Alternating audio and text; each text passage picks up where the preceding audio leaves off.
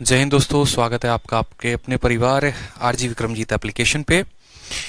और आज हम बहुत ही ज़बरदस्त टॉपिक करने वाले हैं, जैसा कि आपको पता है, क्वाड्रिलेटरल। और आज हो जाएगा क्वाड्रिलेटरल का खात्मा। ठीक है, बहुत अच्छे। आज क्वाड्रिलेटरल की शीट हमारी हो जाएगी ख़त्म।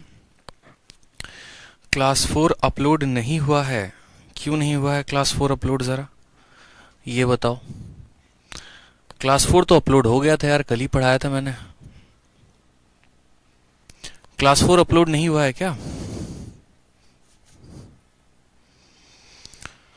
सर जी, क्लास 4 अपलोड नहीं हुआ है। 1 मिनट रुकेंगे, मुझे समय देंगे, मैं चेक कर लेता हूँ एक बार। ठीक है, एक बार मुझे समय दीजिए, मैं चेक करता हूँ क्लास 4 के लिए।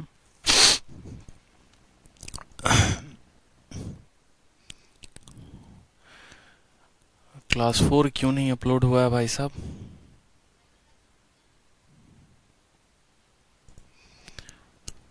बच्चे कह रहे हैं सर क्लास 4 अपलोड नहीं है। ओके,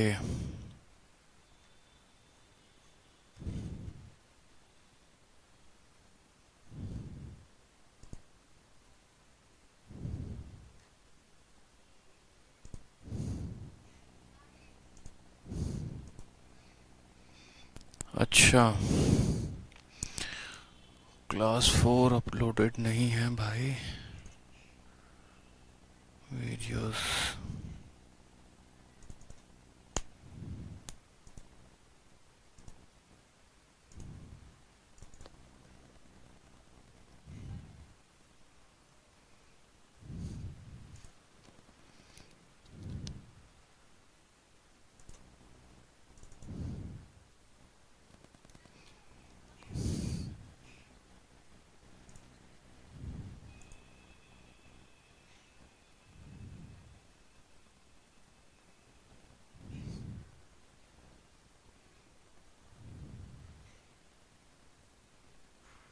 एक मिनट का मुझे समय देंगे आप लोग, ठीक है?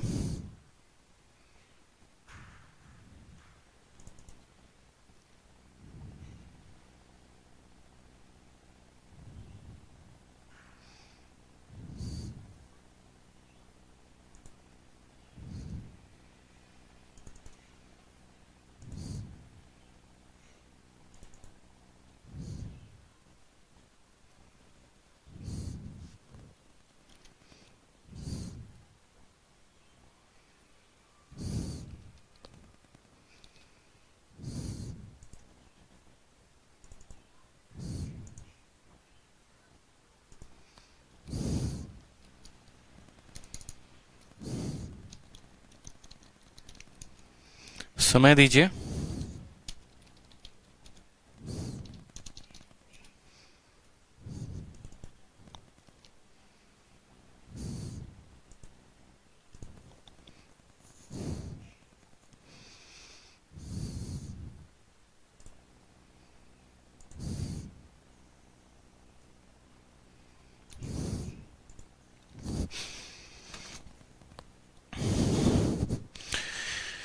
क्लास 4 अपलोड हो जाएगा, ठीक है? बहुत सारे बैचेस में इशू आए हैं ऐसे, जो वीडियोस अपलोड नहीं हो पाए हैं, तो उसके लिए जो है मैं सर से बात कर लूँगा और वीडियो जो है वो अपलोड हो जाएगा, कोई दिक्कत की बात नहीं है। ठीक है, हम अपनी टीम से बात कर लेंगे और आपके लिए जो वीडियो अपलोड नहीं हुई है वो हो जाएंगी। कल 2-3 बैचेस में ऐसा इशू आया है, तो उसके लिए परेशान नहीं होना है। ठीक है, अभी पढ़ाई पे ध्यान देना है। चलो, तो सभी लाइव आ गए हैं, बताओ सभी लाइव आ गए हैं?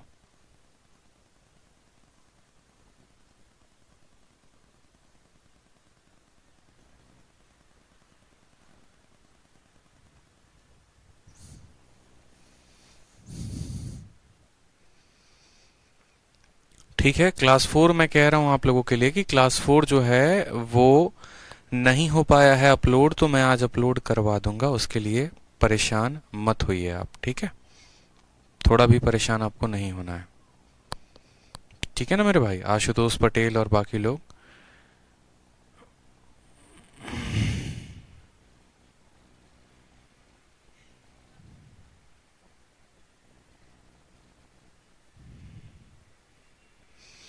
आशुतोष पटेल, क्लास 4 अपलोड हो जाएगा, परेशान मत हो, कोई भी वीडियो डिलीट नहीं होगी। ठीक है। और अब कमेंट करना बंद करिए, अब जो हमें पढ़ना है वो हम देखते हैं, बहुत ही इंपॉर्टेंट टॉपिक है। एक बार मैं नोट कर लेता हूँ क्या क्या इश्यूज आ रहे हैं, ताकि टीम से बात कर पाएंगे हम इस मैटर पे। Class 4 note uploaded, CI sheet check. और क्या समस्या आ रही है और बता दो, ठीक है जी। आज ये लास्ट क्लास होने वाली है आपके क्वाड्रिलेटरल की, और काफ़ी कुछ आप नया सीखेंगे इस क्लास में। चलिए, तो सबसे पहला सवाल नंबर 25 आपके सामने है। सवाल नंबर 25 देखो, ठीक है। सवाल नंबर 25 देखो क्या कहा गया है। कहा गया है ABCD आपका एक रोम्बस है, एक स्ट्रेट लाइन जो है वो C से पास करता है, और AD को प्रोड्यूस करने पे P पे और AB को प्रोड्यूस करने पे PQ पे वो काटता है, ठीक है। इसके अलावा अगर हम बात करें तो DP की जो वैल्यू है वो बराबर हो जाएगी AB/2। तो हमसे कहा गया है BQ और AB की जो लेंथ होगी वो क्या होगी, ठीक है। BQ और AB की जो लेंथ होगी वो क्या होगी। चलिए, तो बड़ा प्यारा सवाल है, देखते चलिए। यहाँ पे सवाल में हमसे कहा गया है, नॉर्मल सा क्वेश्चन है यहाँ पे कि ABCD हमारा क्या है। तो ABCD हमारा एक रोम्बस है। रोम्बस के ऊपर ही सभी सवाल अभी हम लगा रहे थे, और ये भी सवाल जो है वो हमारा रोम्बस के ऊपर ही है। तो देखते हैं सवाल को, ठीक है, देखते हैं सवाल को। सवाल को देखिए, कहा गया है ABCD क्या है मेरे भाई। तो ABCD हमारा एक रोम्बस है। ये ABCD हमारा क्या हो गया, तो ABCD हमारा एक रोम्बस हो गया। उसके बाद कहा गया है इस रोम्बस में एक स्ट्रेट लाइन जो है वो C से जाती है, ठीक है। स्ट्रेट लाइन C से जाती है, और AD को इतने पर थोड़ा सा रोम्बस को सही बनाना पड़ेगा, ठीक है। ये हमारा रोम्बस हो गया, और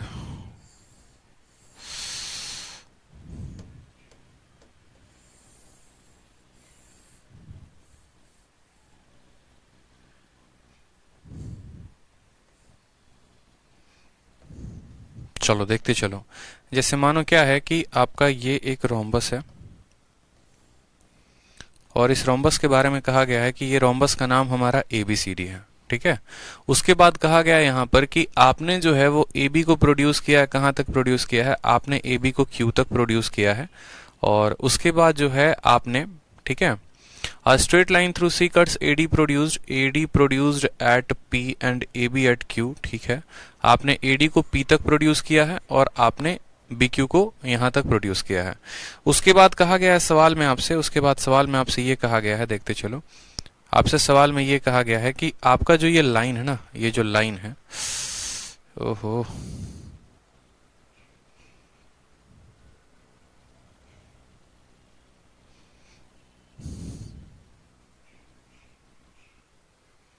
ज्योमेट्री के फिगर्स जो होते हैं ना, बड़े परेशान करने वाले होते हैं। उसके बाद हमसे ये बात कही गई है कि ये रेखा को आपको मिलाना है किसके साथ, यहां पर मिलाना है जहां पर ये काटता है। यानी इन दोनों रेखाओं को आपको मिलाना है, और ये पॉइंट हमारा क्या हो जाएगा, Q। आपको AB को Q तक लेके जाना है, आपको AD को P तक लेके जाना है, और P और Q को आपस में क्या करना है, मिला देना है।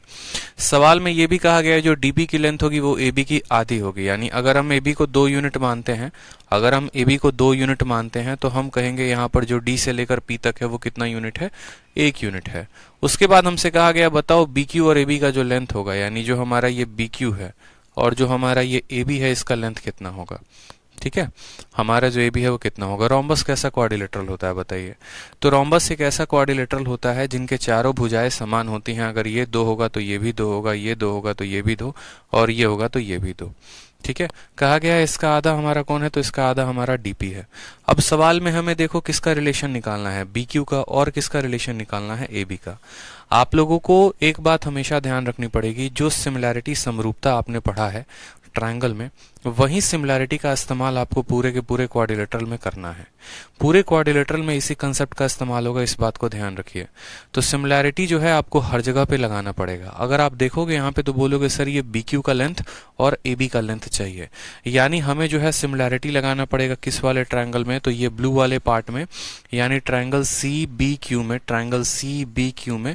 और उसके बाद कौन से में, तो ये पूरे के पूरे बड़े वाले पार्ट में, पूरे के पूरे बड़े वाले पार्ट में। आप बोलोगे सर बड़े वाले वाले पार्ट में आप क्यों सिमिलैरिटी लगा रहे हो? बड़े वाले पार्ट में लगाने से हमें पूरे AQ का लेंथ मिल जाएगा, AQ में से BQ को घटा देंगे तो हमारे AB का लेंथ मिल जाएगा। यानी हमें इन दो ट्रायंगल में सिमिलैरिटी लगानी पड़ेगी। सिमिलैरिटी कैसे लगेगा देखो, तो ये वाला जो एंगल है, अगर ये रोम्बस है तो पैरेललोग्राम भी है तो इसके बराबर, ये वाला एंगल इसके बराबर, एंगल Q जो है वो छोटे वाले में वही मान रहेगा और बड़े वाले में ये। तो दो एंगल अगर मान लो बराबर हो गए तो एंगल एंगल के सिमिलैरिटी से ये दोनों के दोनों क्या हो जाएंगे? सिमिलर हो जाएंगे। एंगल एंगल के सिमिलैरिटी से क्या हो जाएंगे? सिमिलर हो जाएंगे। यानी हम यहाँ पे कह पाएंगे कि जो CQB है वो सिमिलर है। C के साथ कौन सा कोण आएगा? तो P आएगा, ठीक है। Q के साथ कौन सा कोण आएगा? तो Q आएगा। B के साथ कौन सा कोण आएगा? तो ये आएगा। अब यहाँ पर अगर जरा सिमिलैरिटी की बात देखो तो ये वाला एंगल इसके बराबर, ये वाला एंगल दोनों में कॉमन, और ये तीसरा वाला एंगल हमारे तीसरे वाले के बराबर। तो इसके तीसरे के सामने क्या लेंगे? छोटे वाले में तो बोलोगे सर BQ लेंगे। तो बड़े वाले में तीसरे के सामने क्या लोगे? तो बोलोगे सर यहाँ पर AQ लेंगे। ये बराबर होगा, ये बराबर होगा, समझना। एंगल Q के सामने छोटे वाले में कितना ले रहे हो? तो 2 ले रहे हो, और एंगल Q के सामने बड़े वाले में कितना ले रहे हो? तो 2 + 1 कितना ले रहे हो? 3 ले रहे हो। यानी इनका जो रेशियो है वो कितना है? तो इनका जो रेशियो आएगा आपका BQ/AQ का रेशियो वो 2:3 आएगा। अब यहाँ पर मुझे बताओ, जो यहाँ पर आपने AQ लिखा है, क्या इस AQ को, A से लेकर Q को हम AB + BQ लिख सकते हैं? तो आप बोलोगे हाँ सर। यानी हम यहाँ लिख सकते हैं कि भैया ये मेरा AB प्लस कितना है? BQ है। AB प्लस कितना है? BQ है। अब आप ऐसे समझो मेरी बात को कि आपका BQ कितना यूनिट है? 3 यूनिट है, और ये दोनों कितना यूनिट है? ठीक है, BQ हमारा 2 यूनिट है। BQ अकेला हमारा कितना है? तो BQ अकेला 2 यूनिट है, और इन दोनों को मिलाकर 3 यूनिट है। यानी इसमें BQ 2 यूनिट है और AB हमारा कितना है? 3 यूनिट है। BQ कितना है? तो 2 यूनिट है, और AB हमारा कितना है? 3 यूनिट है। इन दोनों का जो अनुपात है 2:3 है। अगर हम BQ को 2 यूनिट मानते हैं या 2 मानते हैं तो BQ की वैल्यू 2 और दोनों की मिला के 3, तो AB की वैल्यू कितनी आ गई? 1 आ गई। सवाल में हमसे बोला है BQ और AB का रेशियो कितना होगा? BQ और AB का रेशियो कितना होगा? तो 2:1 जो होगा वो हमारा क्या होगा? करेक्ट आंसर होगा। 2:1 जो होगा वो क्या होगा? करेक्ट आंसर होगा। आप इसको लिख सकते हो कि इसकी वैल्यू जो है वो BQ + AB है, ठीक है। जहां पर ये जनाब 2 हैं हमारे और ये जनाब हमारे 1 हैं। हमसे BQ और AB का अनुपात पूछा है, यानी 2:1 जो होगा वो हमारा करेक्ट आंसर होगा। Option number B for Baahubali. BQ बड़ा होगा AB से, BQ बड़ा होगा, BQ बड़ा होगा। देखो BQ का मान 2 है और AB का यहाँ पर मान 1 है, तो BQ AB 2:1। बहुत बच्चे ये सोचेंगे AB बड़ा होगा, नहीं। अगर AB यहाँ 2 है तो BQ 4 है। यही इस सवाल का कैच था जो आपको 90% स्टूडेंट का आंसर गलत करवा देता है, और वो गलती नहीं करनी है। हमने किसमें सिमिलैरिटी लगाया है? इसमें लगाया है और बड़े वाले में लगाया है। हमने ये प्राप्त किया कि अगर ये भुजा 2 है तो ये पूरा का पूरा कितना है? 3 है। उसी तरीके से अगर ये 2 होगा तो ये पूरा का पूरा कितना? देखो, अगर आपको ऐसे शॉर्ट में समझा दूं तो आप ऐसे भी समझ लो, आप ऐसे भी समझ सकते हो। रटा रटा है क्यों समझ रहे हो? देखो, अगर ये 2 है तो ये पूरा का पूरा कितना है? 3 है। उसी तरीके से अगर यहाँ पर ये 2 होगा तो ये पूरा कितना होगा? यहाँ पर 3 होगा। ये पूरा का पूरा कितना होगा? 3 होगा। अब ये 2 है और ये पूरा का पूरा 3 है, तो यहाँ पर ये वाला पार्ट AB जो होगा वो कितना यूनिट होगा? 1 यूनिट होगा। यानी BQ और AB का जो रेशियो है वो कितना? 2:1। तो BQ और AB का रेशियो 2:1। फिर से 2:3, तो 2:3। ये 2 है और पूरा 3 है, तो AB कितना है? 1 यूनिट है, इसलिए यहाँ पर 2:1 रखा हुआ है। ये बात को समझ लो, ठीक है। तो दोनों तरीके से आप समझ सकते हो। आपको जो है मेथड वाला तरीका भी हमने बता दिया ताकि आप इसको समझ पाएं और सवाल को कर पाएं पेपर में। आ जाओ सवाल नंबर 25 के बाद सवाल नंबर 26 में। सवाल नंबर 25 के बाद आ जाओ सवाल नंबर 26 में। देखो, बड़ा प्यारा क्वेश्चन है, ठीक है। सवाल नंबर 26 को देखो। सवाल नंबर 26 में क्या कहा है? सवाल नंबर 26 भी बहुत आसान क्वेश्चन है, नॉर्मल सा क्वेश्चन है। आपसे कहा गया है कि ABCD एक क्वाड्रिलेटरल है जिसमें AB जो है वो DC के पैरेलल है। इसी तरीके से आपको ABCD एक क्वाड्रिलेटरल बना दिया गया है जिसमें AB हमारा CD के पैरेलल है, AD हमारे BC के पैरेलल है। उसके बाद कहा गया है ADC हमारा एक राइट एंगल है। पेरीमीटर जो है वो ट्रायंगल AB का, ये ट्रायंगल का निशान है, यहाँ पे करेक्ट करेंगे आप इसको। ये डी शब्द के बारे में नहीं बता रहा है, ये ट्रायंगल के बारे में बता रहा है, ठीक है। कि ये जो है हमारा ट्रायंगल है, ये ट्रायंगल हमारा किसका है, तो ट्रायंगल हमारा AB का पेरीमीटर 6 यूनिट है, तो पूरे के पूरे क्वाड्रिलेटरल का एरिया कितना होगा। अब इस चीज को थोड़ा सा विजुअलाइज करना आप लोगों को जरूरी है, विजुअलाइजेशन बहुत जरूरी होता है। अगर आप विजुअलाइज नहीं कर पाओगे चीजों को लेकर तो बड़ा मुश्किल हो जाएगा। जैसे मानो मैंने यहाँ क्या किया, मैंने यहाँ पर एक स्क्वायर बनाया और इस स्क्वायर के बेस को मैंने जो है उल्टा सीधा एक समान जैसे भी चाहो आप कर सकते हो। आपने जैसे मानो यहाँ पर एक ट्रायंगल बनाया, ठीक है, और ये ट्रायंगल को आपने कैसे रखना चाहा आप देखते चलो। जैसे मानो आपने सेम बेस पर रखा है ट्रायंगल को, ठीक, और इसको जो है आपने यहाँ पर मिला दिया है। अब आपने यहाँ पर इस ट्रायंगल को मिला दिया है और इसका नाम कहा है कि देखो ABCD कोई क्वाड्रिलेटरल होगा, रेक्टेंगल भी हो सकता है, हमें उससे फर्क नहीं पड़ता। उसके अंदर हमारा CDF नाम का कोई क्या है, एक स्क्वायर है। आपको एक बात अच्छे से पता है कि दो पैरेलल लाइन अगर मान लीजिए हमारी हो जाती है, ठीक है, अगर मानिए यहाँ पर, तो एक बात आपको हमेशा इस बात को ध्यान रखना पड़ेगा कि कभी भी अगर आप ऐसा कोई भी क्वाड्रिलेटरल बनाते हो और इसी का बेस का इस्तेमाल करके आप एक ट्रायंगल बना रहे हो, तो इस ट्रायंगल की एरिया हमेशा आधी होगी पूरे के पूरे किसके, क्वाड्रिलेटरल के एरिया के। ट्रायंगल का एरिया जो है वो हमेशा आधा होगा पूरा का पूरा क्वाड्रिलेटरल के। कैसे होगा समझो मेरी बात को। अगर एक पल के लिए आप जो है मान लो यहाँ से ये वाला पोर्शन, मान लो आप यहाँ पर AFD वाला पोर्शन यहाँ से उठाते हो, यहाँ से इसको काट लो, बाहर निकाल लो और उस AFD को, उसी AFD को एज इट इज ले जाके यहाँ पे चिपका दो। अब उसको ले जाओगे यहाँ पर चिपकाओगे तो जरा गौर से देखो, उसी AFD को ले जाके मानो यहाँ चिपकाते हो, ठीक है। यहाँ पर A वाला पॉइंट आपका यहाँ पर आ जाएगा, D वाला पॉइंट आपका यहाँ पर आ जाएगा मानो, और F वाला पॉइंट ये हो जाएगा। जैसे यहाँ उठाया और यहाँ ले जाके चिपका दिया, अब वहां से उठा के यहाँ ले जाके चिपका दिया, तो ये हमारा एक क्या बन गया, पैरेललोग्राम बन गया। और ये हमारा एक पैरेललोग्राम बन गया, तो एक डायगोनल पैरेललोग्राम को आधे आधे रेशियो में बांटता है कि नहीं बांटता है, बताओ। ठीक है, मेरी बात को समझे आप या नहीं समझे बताइए। अगर मैं आपको एक पल के लिए बोलूं कि आपको ये एरिया यहाँ से उठा के और वहीं वहां ले जाके चिपका देना है, तो आप मुझे बताओ ये आधे आधे पार्ट में बट गया कि नहीं बट गया, तो बोलोगे हाँ सर बट गया। तो इसीलिए हमेशा इस बात को ध्यान रखना कि अगर हम कभी भी अगर हम मान लो कि ये क्वाड्रिलेटरल के अंदर उसी बेस को कॉमन लेके और सामने वाली भुजा पे आप ऐसे भी बना सकते हो, देखो ठीक है, आप ऐसे भी बना सकते हो कि मान लो आपका एक क्वाड्रिलेटरल ऐसा है, आपने ये AB नाम के बेस को, AB को क्या बना दिया, AB को अपना बेस बना दिया, यहाँ पर पॉइंट बना रहे हो, यहाँ पर पॉइंट बना रहे हो, यहाँ पर बना रहे हो, तो यहाँ पर अगर मानो E है, F है, G है, तो AEG, AFB, AGB ये सब का एरिया जो होगा पूरे के पूरे क्वाड्रिलेटरल का क्या होगा, हमेशा से आधा होगा। ठीक है, समझ में आ गया बात। यहाँ पे हमेशा जो है उनका क्या होगा, क्वाड्रिलेटरल के एरिया का आधा होगा। इस बात को हमेशा अपने बुद्धि में डाल रखना है। ठीक है, कोई समस्या की बात यहाँ पे। अब आ जाओ जैसे सवाल में अगर हम देखते हैं तो सवाल में हमसे कहा गया है दिए गए चलचित्र में, मतलब दिए गए फोटो में हमारा जो एरिया है, देखो यहाँ पर AEB का जो पेरीमीटर है, अगर ये कोण 60 है, ये कोण 60 है, तो ये भी कोण हमारा 60 होगा, यानी ये एक इक्विलेटरल ट्रायंगल होगा। क्या होगा, तो एक इक्विलेटरल ट्रायंगल होगा।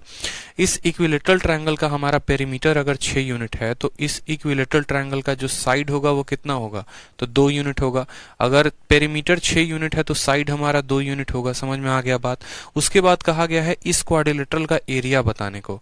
आपको जैसा कि पता है कि अगर इस क्वाड्रिलेटरल का एरिया बताना है तो इस ट्रायंगल के एरिया का क्या हो जाएगा, 2 गुना हो जाएगा। तो इस ट्रायंगल का एरिया निकालो तो क्या आ जाएगा, √3/4 इंटू साइड का स्क्वायर, यानी इतना। तो ट्रायंगल का एरिया हमारा आ गया √3 यूनिट। अगर ट्रायंगल का एरिया √3 यूनिट है और पूरे क्वाड्रिलेटरल का एरिया बताना है तो उसका क्या करना पड़ेगा, 2 गुना करना पड़ेगा। समझ में आ गया बात। तो इस बात को हमेशा से समझना है कि जो भी त्रिभुज का क्षेत्रफल होगा उसका 2 गुना जो है वो चतुर्भुज का क्षेत्रफल होगा। कब, जब त्रिभुज और चतुर्भुज का जो आधार है वो समान रहे। ठीक है, जब दोनों का बेस समान रहेगा तो एरिया का जो रेशियो है वो 1:2 हो जाएगा। तो हमें इस इक्विलेटरल ट्रायंगल का एरिया निकाल लेना था और उसका क्या करना था, 2 गुना कर देना था।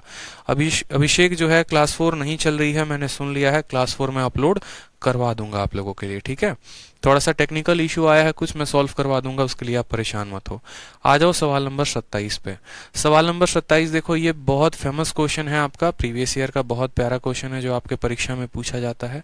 एक रेक्टेंगल है और दूसरे रेक्टेंगल को उसके डायगोनल के ऊपर बनाया जाता है। ठीक है, एक रेक्टेंगल है और उसके दूसरे रेक्टेंगल को उसके डायगोनल के ऊपर बनाया जाता है और तब आपसे कहा जाता है कि बताइए दोनों का एरिया का अनुपात क्या होगा। जरूरी नहीं है यहाँ पर मेरे भाई कि आपको जो है, यहाँ देखो जैसे क्या होता है, 2 तरह के फिगर होते हैं और दोनों तरह के फिगर के ऊपर आपके परीक्षा में सवाल पूछा गया है।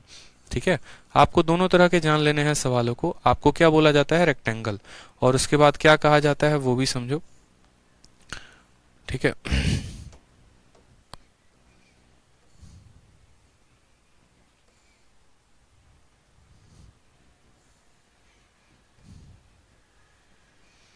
आप लोगों के लिए हर तरीके से, जिस तरीके से आप समझ पाओ, मैं उस तरीके से समझाने के पूरा प्रयास करूंगा। लेकिन जितने भी सवाल होंगे जो भी आपके परीक्षा के लिए महत्वपूर्ण है, वो सभी सवाल आपको हम करवा देंगे। उसके लिए आप परेशान मत होना, ठीक है। उसके लिए आपको बिल्कुल भी परेशान होने की जरूरत नहीं है। जो एग्जैक्ट होगा पूरा का पूरा आपको कराया जाएगा, ठीक है। थोड़ा समय लग सकता है बेशक करने में चीजों को लेकर, लेकिन हाँ पूरा जरूर करेंगे। मान लो एकदम परफेक्ट हमारा एक क्या बन गया, रेक्टेंगल बन गया। यानी पहले एक हमारा रेक्टेंगल था, वो रेक्टेंगल का नाम था ABCD, ठीक है। अब इसी डायगोनल का इस्तेमाल करके हमने एक और रेक्टेंगल बनाया, उसका नाम हो गया ACFE, मान लो करके क्या हो गया, ACFE हो गया। एक तो ऐसा सवाल बन सकता है, या दूसरा उस रेक्टेंगल को वहां ना देके आपको उस रेक्टेंगल को ऐसे भी दिया जा सकता है, थोड़ा सा घुमा के आपके परीक्षा में उस डायगोनल पे ना देके आपको दूसरे वाले डायगोनल पे भी दिया जा सकता है। तो भी आपको सवाल को करना आना चाहिए कि भैया हम सवाल को कैसे करेंगे। समझ में आ गया बात, तो भी सवाल को करना आना चाहिए, ठीक है। अब देखते चलो यहाँ पे, अगर मानो ये रेक्टेंगल वहां ना देखे, मानो ऐसे भी दे दिया जाए, ऊपर की तरफ दे दिया जाए आपको, तो कैसे करोगे।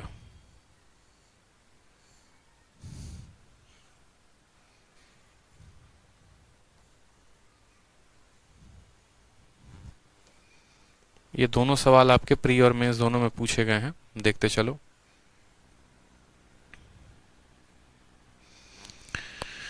ठीक है, और साथ में एक और बात ध्यान रखना कि ये जो है ना, इसको टच करता है, एटलीस्ट कम से कम इसका जो बेस है वो इसको टच करे, ठीक है।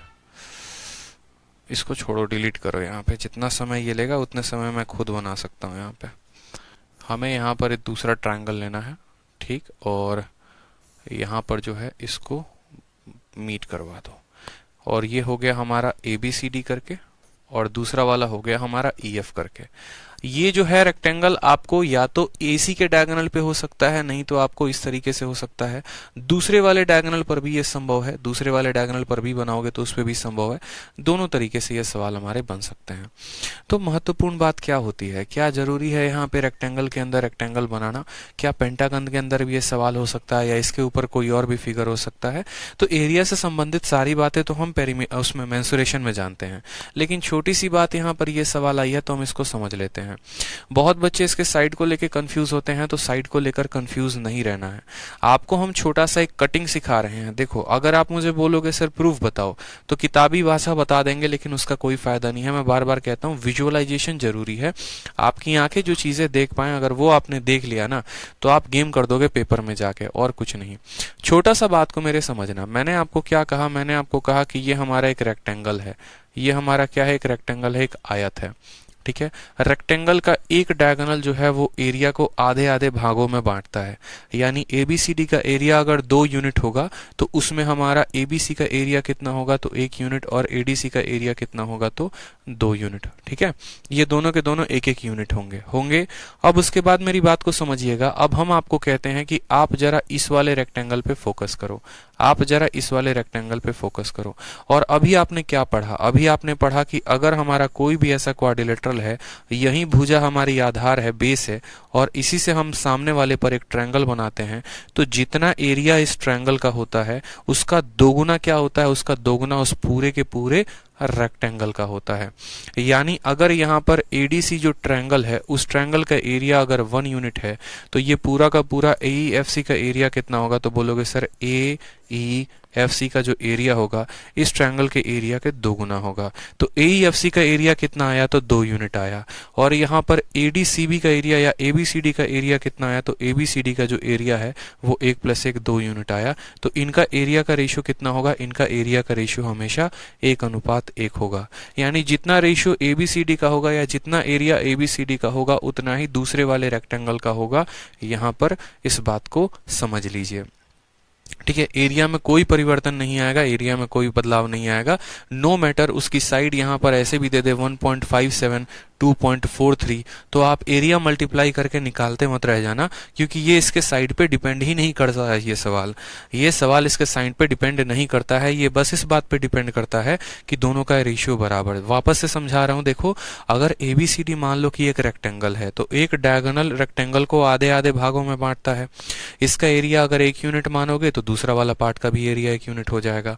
अब आ जाओ जरा AEFC में। अब AEFC में आओगे तो आपको पता है कि अगर हम AC को आधार मानते हैं और हमारा EC दूसरा वाला पैरेलल लाइन है, तो इस पर जो ये हम डालेंगे रेक्टेंगल, इस पे जो हम ये त्रिभुज बनाएंगे, इस त्रिभुज का एरिया अगर मानो 1 यूनिट है, तो इस पूरे के पूरे क्वाड्रिलेटरल का एरिया उसका दोगुना होगा, यानी AEFC का जो एरिया होगा वो 2 यूनिट होगा। 2 यूनिट इसका है और ABCD का 2 यूनिट है, तो एरिया का रेशियो कितना, 1:1। उसी तरीके से यहां पर भी अगर इसका एरिया 1 मानोगे तो इसका भी एरिया 1 मानोगे।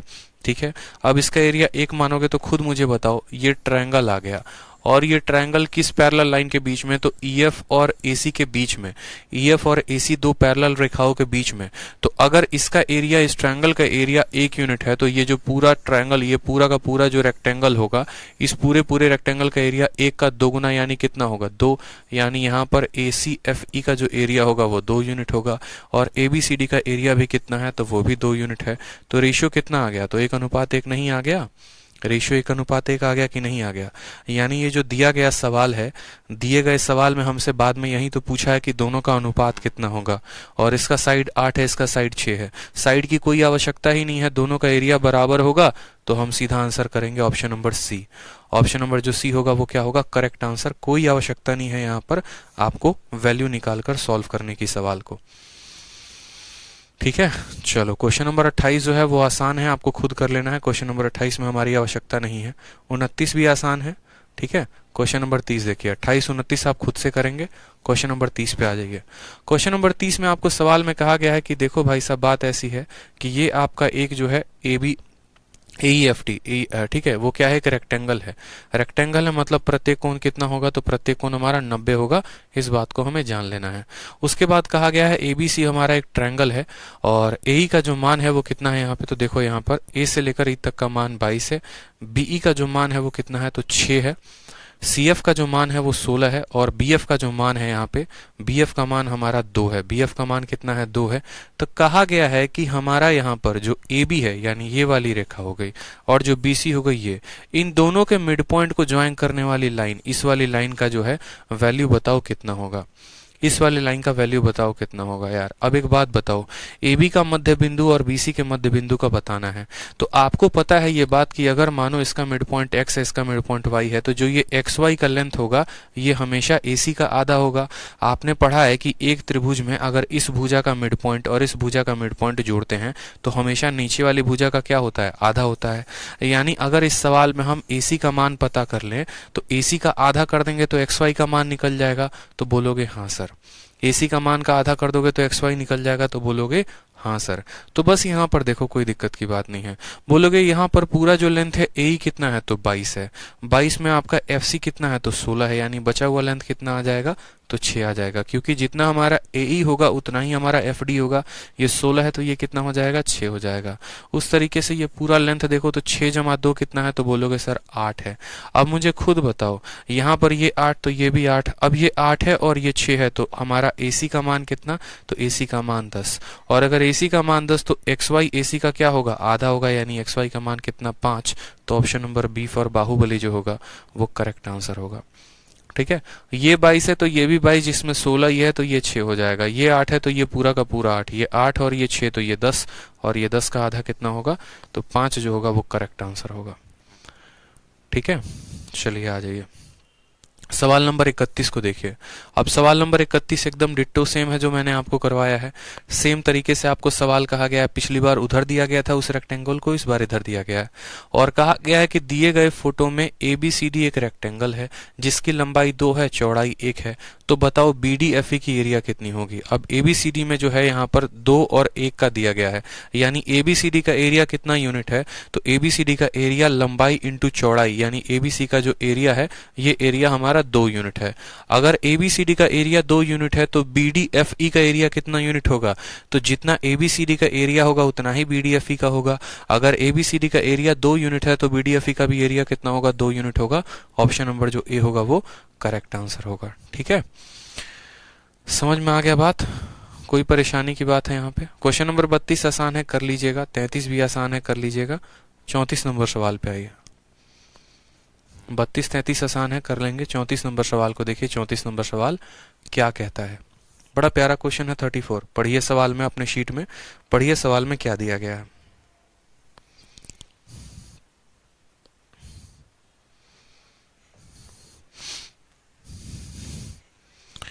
आज क्वेश्चन नंबर 34 में देखिए, the middle point of parallel side AB and CD of a parallelogram are P and Q। ठीक है, हमें सबसे पहले क्या बनाना है, हमें सबसे पहले पैरेललोग्राम बनाना है। ठीक है, अब जितने भी सवाल आप देखेंगे अब पैरेललोग्राम पर आधारित प्रश्न को आप देख रहे हैं। कहा गया है कि आपको AB और CD का मध्य बिंदु जो है वो P और Q दिया गया है। अगर आप AQ को और CP को डिवाइड करते हो तो वो डायगोनल BD को 3 पार्ट में बांटता है, BX, XY और YD। तो इसमें से दिया गया कौन सा रिलेशन सही है। अब क्या होता है कि जब भी कोई बच्चा पैरेललोग्राम के बारे में पढ़ता है, ठीक है, या जब भी ऐसा कोई सवाल पड़ता है तो उसके मन में ये फोटो आता है कि यार मुझे कैसा फोटो बनाना है, तो मुझे जो है ऐसा फोटो बनाना है, एक ऐसा पैरेललोग्राम बनाना है। समझना मेरी बात को, मुझे कैसा फोटो बनाना है, तो मुझे यहाँ पर एक पैरेललोग्राम का फोटो बनाना है। उसके माइंड में यही आएगा कि मुझे क्या करना है, तो एक पैरेललोग्राम बनाना है।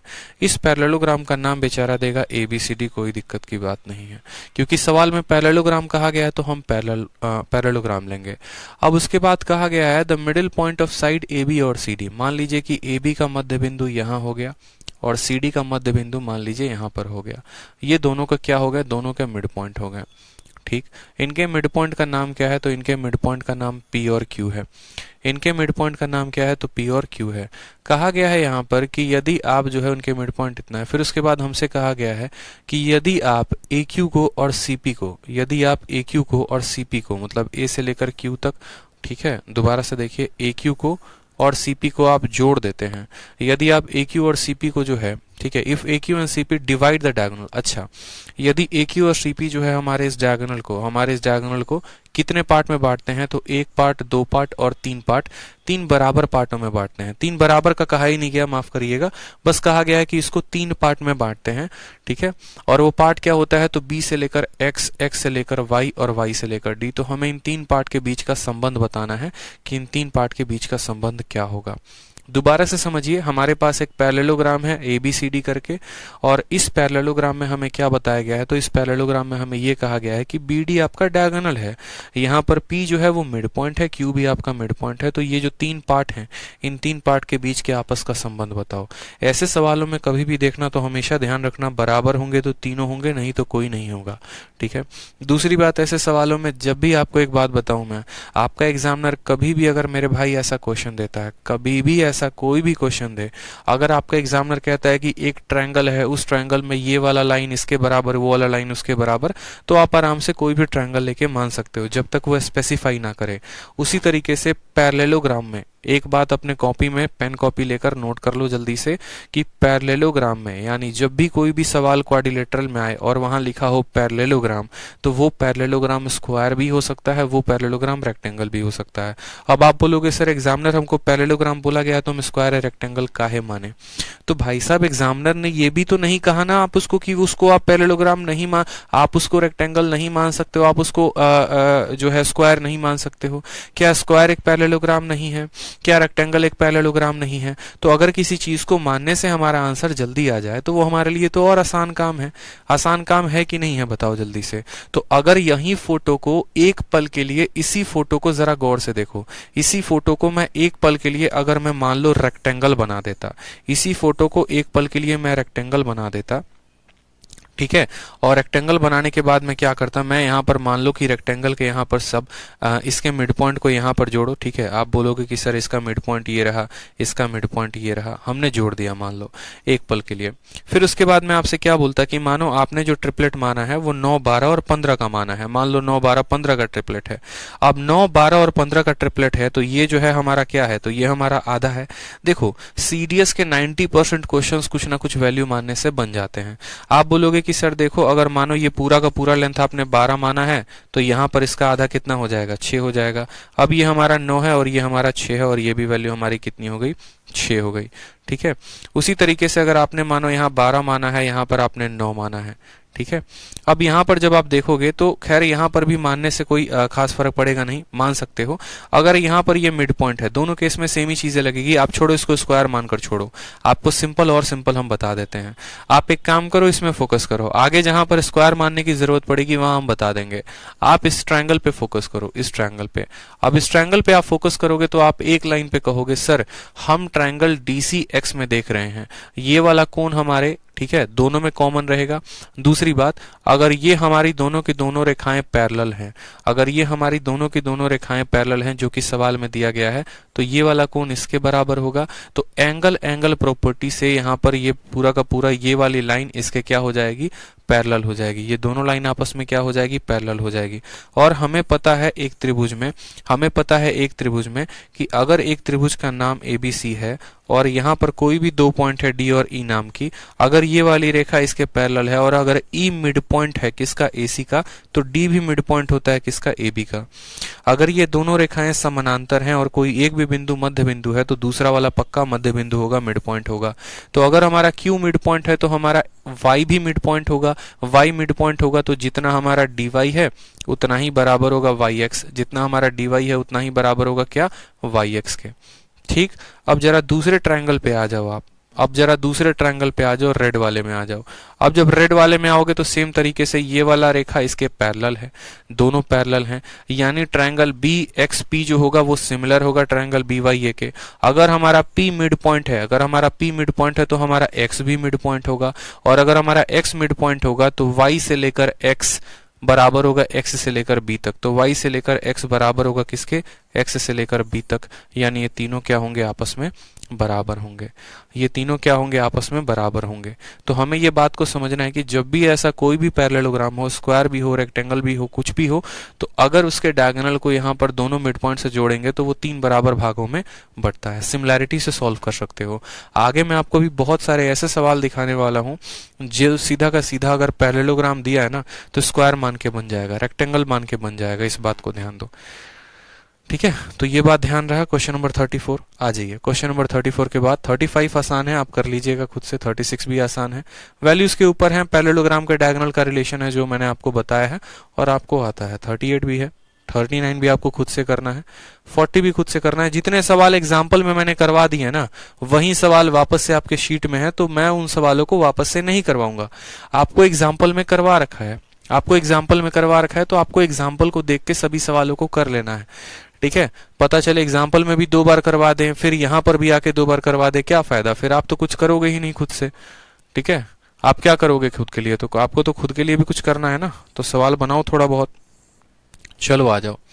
अब सवाल में देखो यहाँ पर क्वेश्चन नंबर 44 में, क्वेश्चन नंबर 44 में ये कहा है कि ABCD एक पैरेललोग्राम है जिसमें AC और BD जो है ऊपर इंटरसेक्ट करते हैं।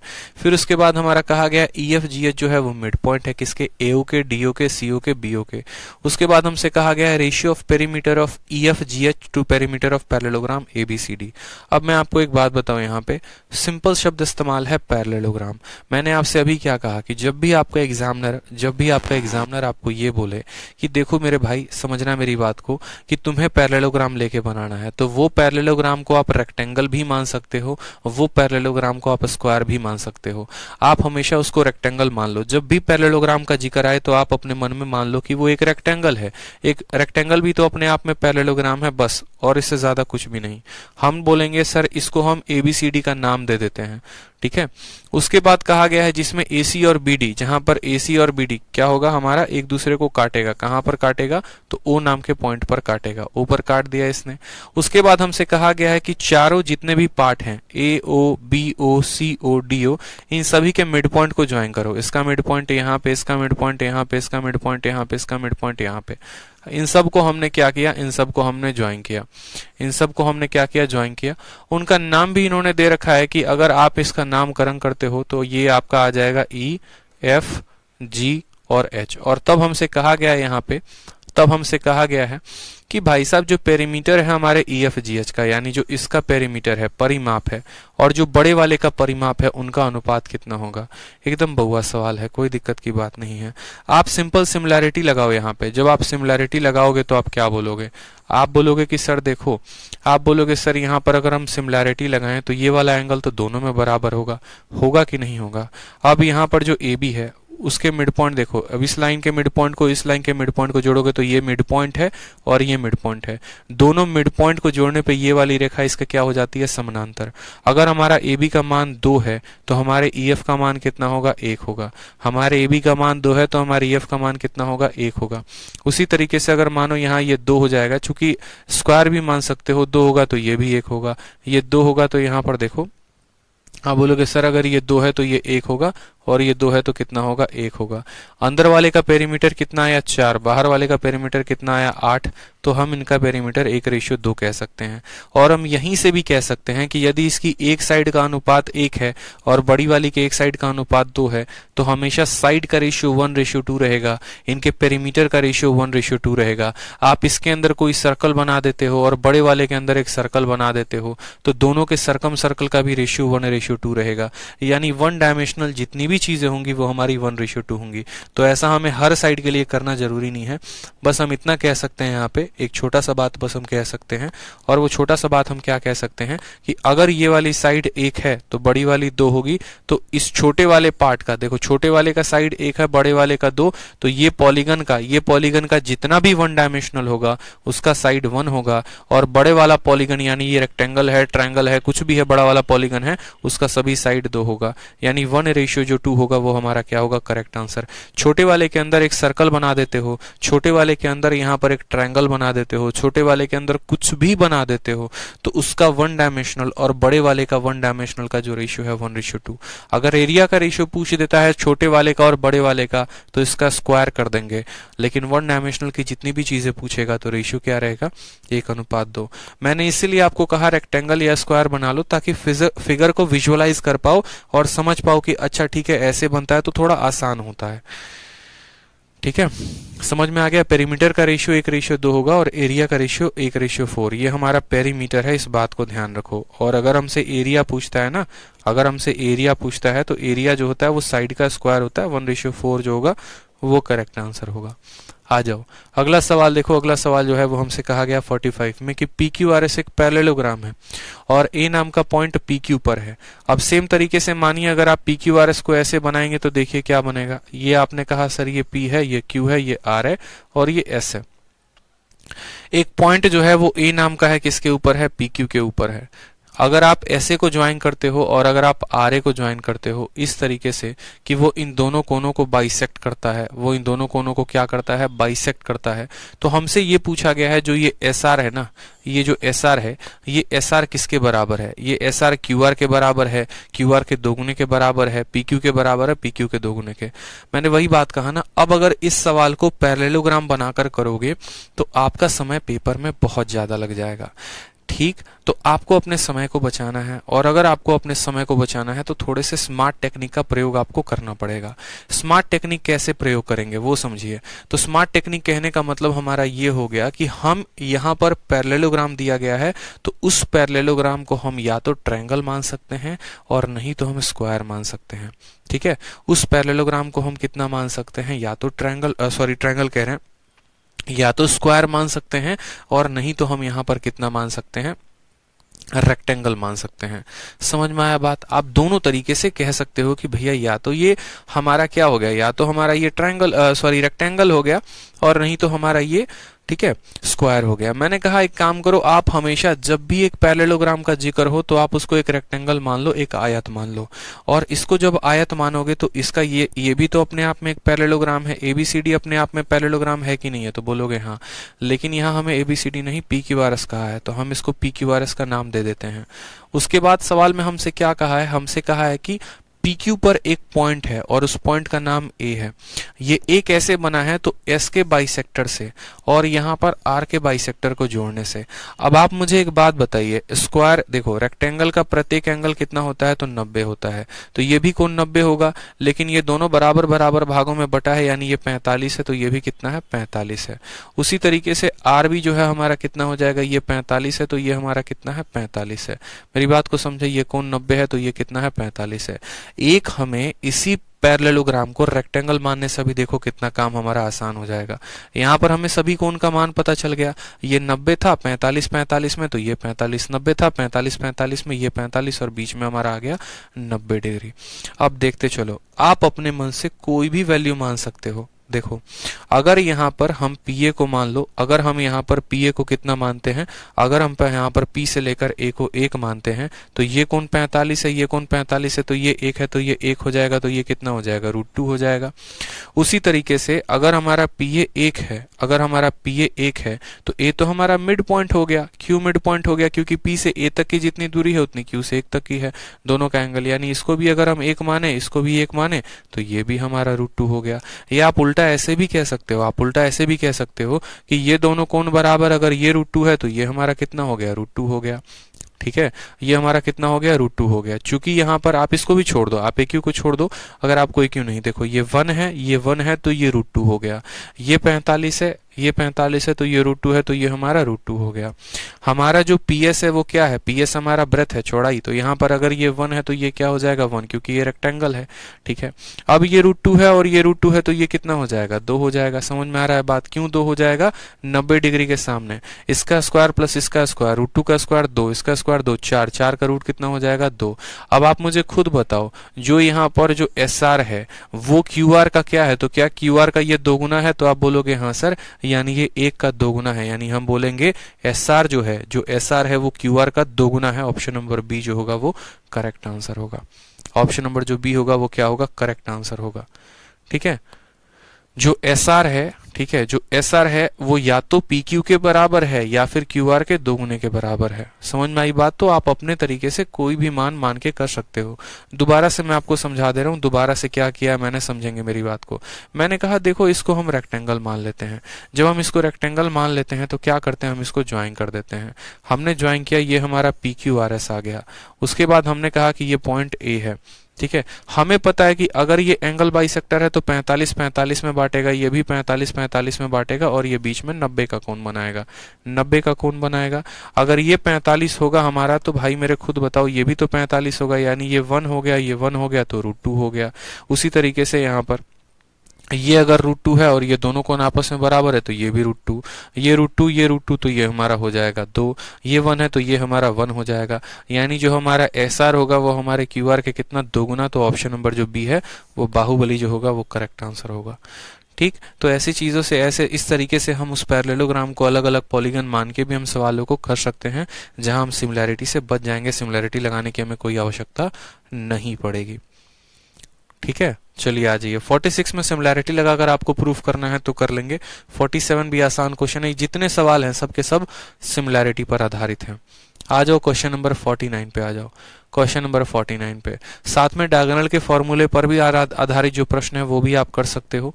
वो मैंने आप लोगों के लिए छोड़ा है कि दोनों डायगोनल का स्क्वायर जो होता है वो बराबर होता है 2 गुने बाकी दोनों एडजेसेंट साइड के। ठीक है, चलिए आ जाइए। क्वेश्चन नंबर 49 में देखिए, कहा गया है कि पैरेललोग्राम का एक डायगोनल 17 सेंटीमीटर है और दोनों पैरेललोग्राम के बीच में जो कोण है, दोनों साइडों के भुजाओं के बीच में जो कोण है वो 45 है। अगर उस पैरेललोग्राम का हाइट 8 सेंटीमीटर है तो उस पैरेललोग्राम का हमारा एरिया कितना होगा। ठीक है, हमारा एरिया कितना होगा। मैं आपको क्या कह रहा हूँ, मैं आपको सिंपल एक बात कह रहा हूँ कि मान लो सेम तरीके से यहाँ पर भी आप यहाँ पर चाहो तो उस पैरेललोग्राम को क्या मान सकते हो, ठीक है, रेक्टेंगल मान सकते हो अगर चाहो तो, और नहीं मानना चाहते तो कोई बात नहीं, उस पैरेललोग्राम को आप पैरेललोग्राम ही रहने दो, कोई फर्क नहीं पड़ता है। आपके पास दोनों ऑप्शन है, आप चाहो तो रेक्टेंगल मान लो, चाहो तो मत मानो, ठीक है, चाहो तो आप रेक्टेंगल मान लो और चाहो तो मत मानो, कोई फर्क नहीं पड़ता है। आ जाओ, अगर मानो यहाँ पर आप इसको नॉर्मल एक पैरेललोग्राम बना रहे हो तो आप इसको नॉर्मल पैरेललोग्राम बना लो, ठीक। आपने जैसे मानो यहाँ पर कहा कि सर ये समानांतर चतुर्भुज हमने बनाया है और ये समानांतर चतुर्भुज का नाम हमारा ABCD है। उसके बाद सवाल में हमसे ये कहा गया है कि पैरेललोग्राम में जो है एक एंगल 45 है। आप मुझे खुद बताओ ये वाला छोटा होगा और ये वाला बड़ा होगा कि नहीं होगा।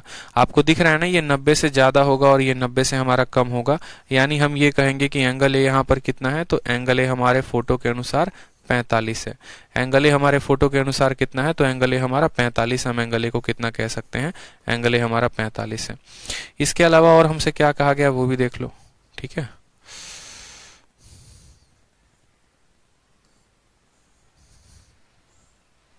मानो एक पल के लिए ऐसे हमने बना दिया इसको, यहाँ पे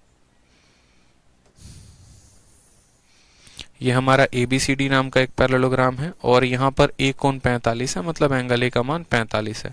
उसके बाद सवाल में हमसे कहा गया है कि यदि इस पैरेललोग्राम की जो हाइट है, यदि इस पैरेललोग्राम की जो हाइट है, ठीक है, उसका हाइट कितना दिया गया है बताओ। उसका हाइट जो है हमें, पैरेललोग्राम का जो हाइट है वो हमें दिया गया है 8 सेंटीमीटर, और उसके बाद एक डायगोनल का जो लंबाई है वो कितना दिया गया है, 17। तो मानो यहाँ पर ये जो डायगोनल है BD, इसकी लंबाई कितनी है, तो 17 है। और यहाँ से जो हाइट डाला गया है, इस हाइट का मान कितना है, तो इस हाइट का मान मेरे भाई हमेशा 8 है। यहाँ पे कहा गया है यहाँ से जो आप हाइट डालते हो, इस पैरेललोग्राम का जो आप हाइट डालते हो, ठीक है, वो कितना है, 8 है। और आपका जो यहाँ पर कितना है, यहाँ पर साफ तौर पर देखो, एक डायगोनल 17 है और कोण 45 है। पूरे पैरेललोग्राम का एरिया कितना होगा, पूरे पैरेललोग्राम का एरिया कितना होगा। अब आप मुझे खुद बताइए, यहाँ पर ये 8 है और ये 17 है, हाइट हमेशा 90 का कोण बनाता है, तो 8, 15 और 17 का आपने ट्रिपलेट पढ़ा है कि नहीं पढ़ा है, तो बोलेंगे हाँ सर। ये अगर 8 है, ये 15 है, तो ये कितना हो जाएगा, 17 हो जाएगा। अब यहाँ पर देखोगे तो ये कोण आपका 90 है, ये 45 है, तो ये भी कितना होगा, 45, यानी ये दोनों भुजाएं आपस में बराबर होंगी।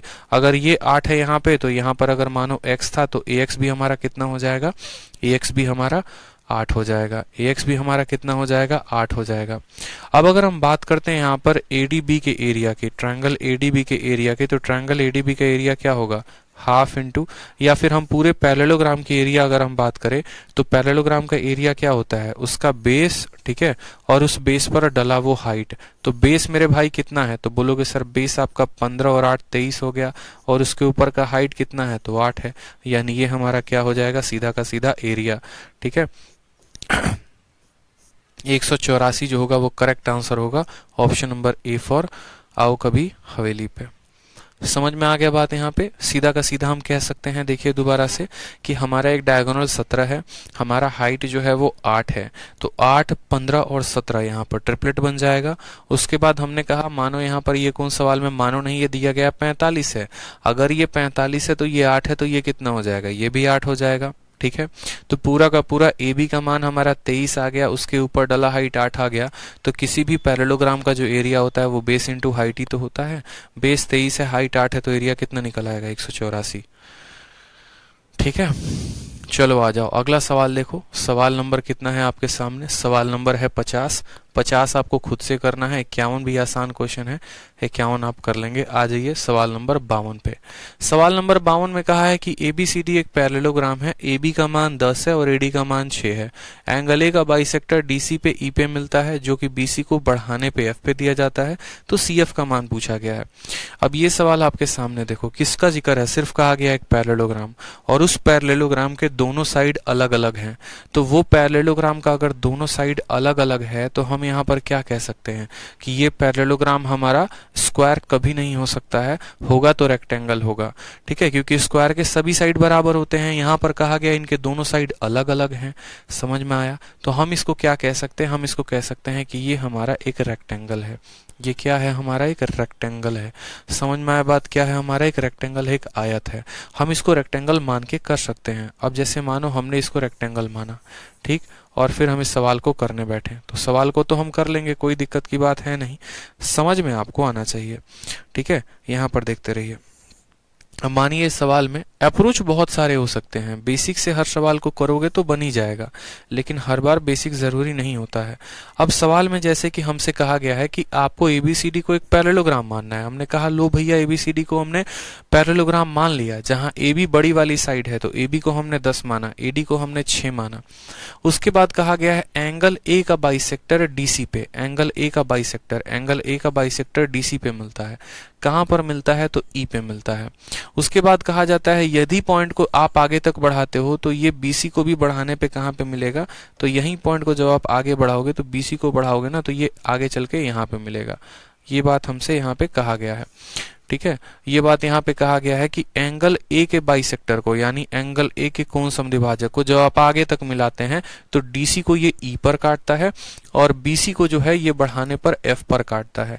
सवाल में हमसे कहा गया है जो हमारा ये जो सी एफ है ना, ये सी एफ का लेंथ बताओ, सी एफ का लेंथ कितना होगा। हमसे ये सी एफ का लेंथ पूछा गया है कि सी एफ का लेंथ बताओ, what is the length of C F, what is the length of C F. ठीक है, सी एफ का लेंथ कितना होगा, हमसे ये पूछा गया है। आसान क्वेश्चन है। मैंने क्या कहा, क्या मान लो, तुरंत बताओ। मैंने क्या कहा था, मैंने कहा था कि रेक्टेंगल मान लो। रेक्टेंगल मानने से क्या होता है कि हमारे ये कोण की वैल्यू पता चल जाती है। हमने कहा ये हमारा 90 है, ठीक है, और उसमें हमारा ये मान 45 है, ठीक, और ये मान कितना हो जाएगा, 45 हो जाएगा। ये मान हमारा 90 है तो ये भी हमारा 45 हो जाएगा कि नहीं। रेक्टेंगल में 90-90 होते हैं, ये भी 90-90 होते हैं। अगर ये बाइसेक्टर है, ये 45 है तो दूसरा वाला भी 45 होगा। ठीक है, अब जरा गौर फरमाइए जनाब, यहाँ पे अगर ये आपका लेंथ 6 है तो यहाँ पर बीसी जो होगा वो भी कितना होगा, तो वो भी आपका 6 हो जाएगा। ठीक है, बीसी कितना होगा आपका, 6 हो जाएगा। अब उस हिसाब से समझिए कि आपका जो ये एडी है ना, एडी कितना है, और ये हमारा ये दोनों कोण 45 और 45 है, तो अगर ये 6 होगा तो ये भी कितना होगा, 6 होगा। इस पूरे की जो वैल्यू है वो कितनी है, 10 है।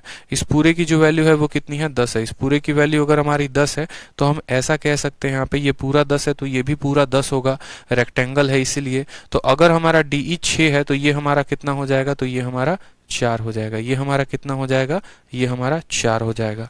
बस रिलेशन निकल गया, बस रिलेशन निकल गया और सी एफ का मान आ गया, बात खत्म। दोबारा से समझो, हमने कहा सवाल में, हमने कहा कि यहाँ पर वैल्यू दे दी गई है 10, तो ये अगर हमारा 10 है तो ये पूरा 10, देखो ये 10 है और ये 6 है।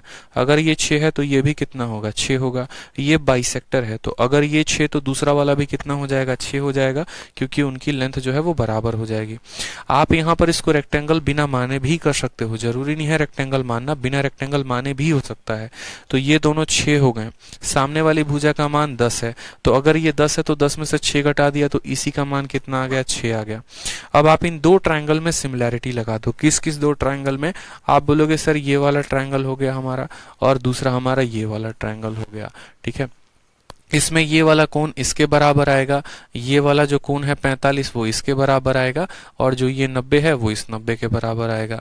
ठीक है, तीनों कोण हमारे बराबर हो गए। तीनों कोण बराबर हो गए तो ये क्या हो गया, समरूप हो गया, समान हो गया।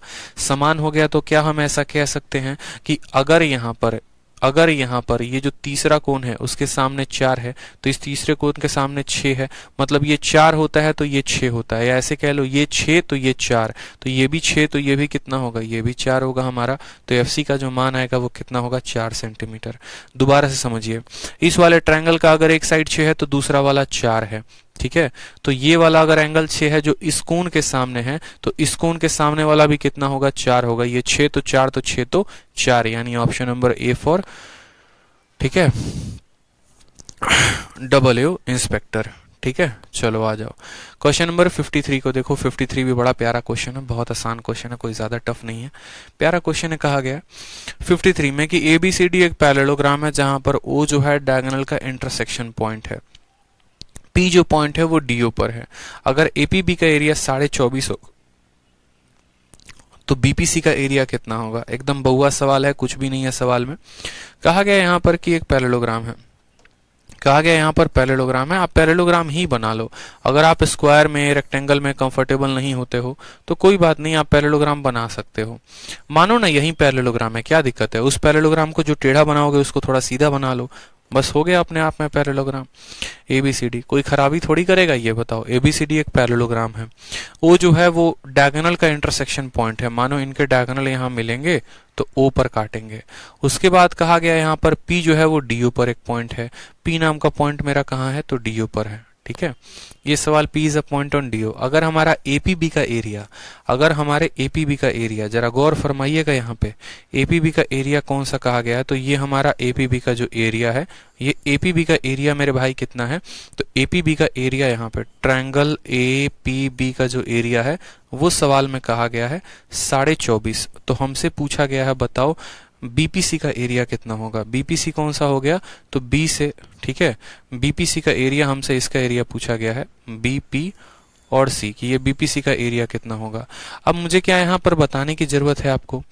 कोई भी बताने की जरूरत है ही नहीं, बड़ा सिंपल सा सवाल है मेरे भाई। देखो, अगर हम इन दोनों ट्रायंगल की बात करें, ये बीच से जो है O वाला पॉइंट को हम O वाले पॉइंट को हटा देते हैं।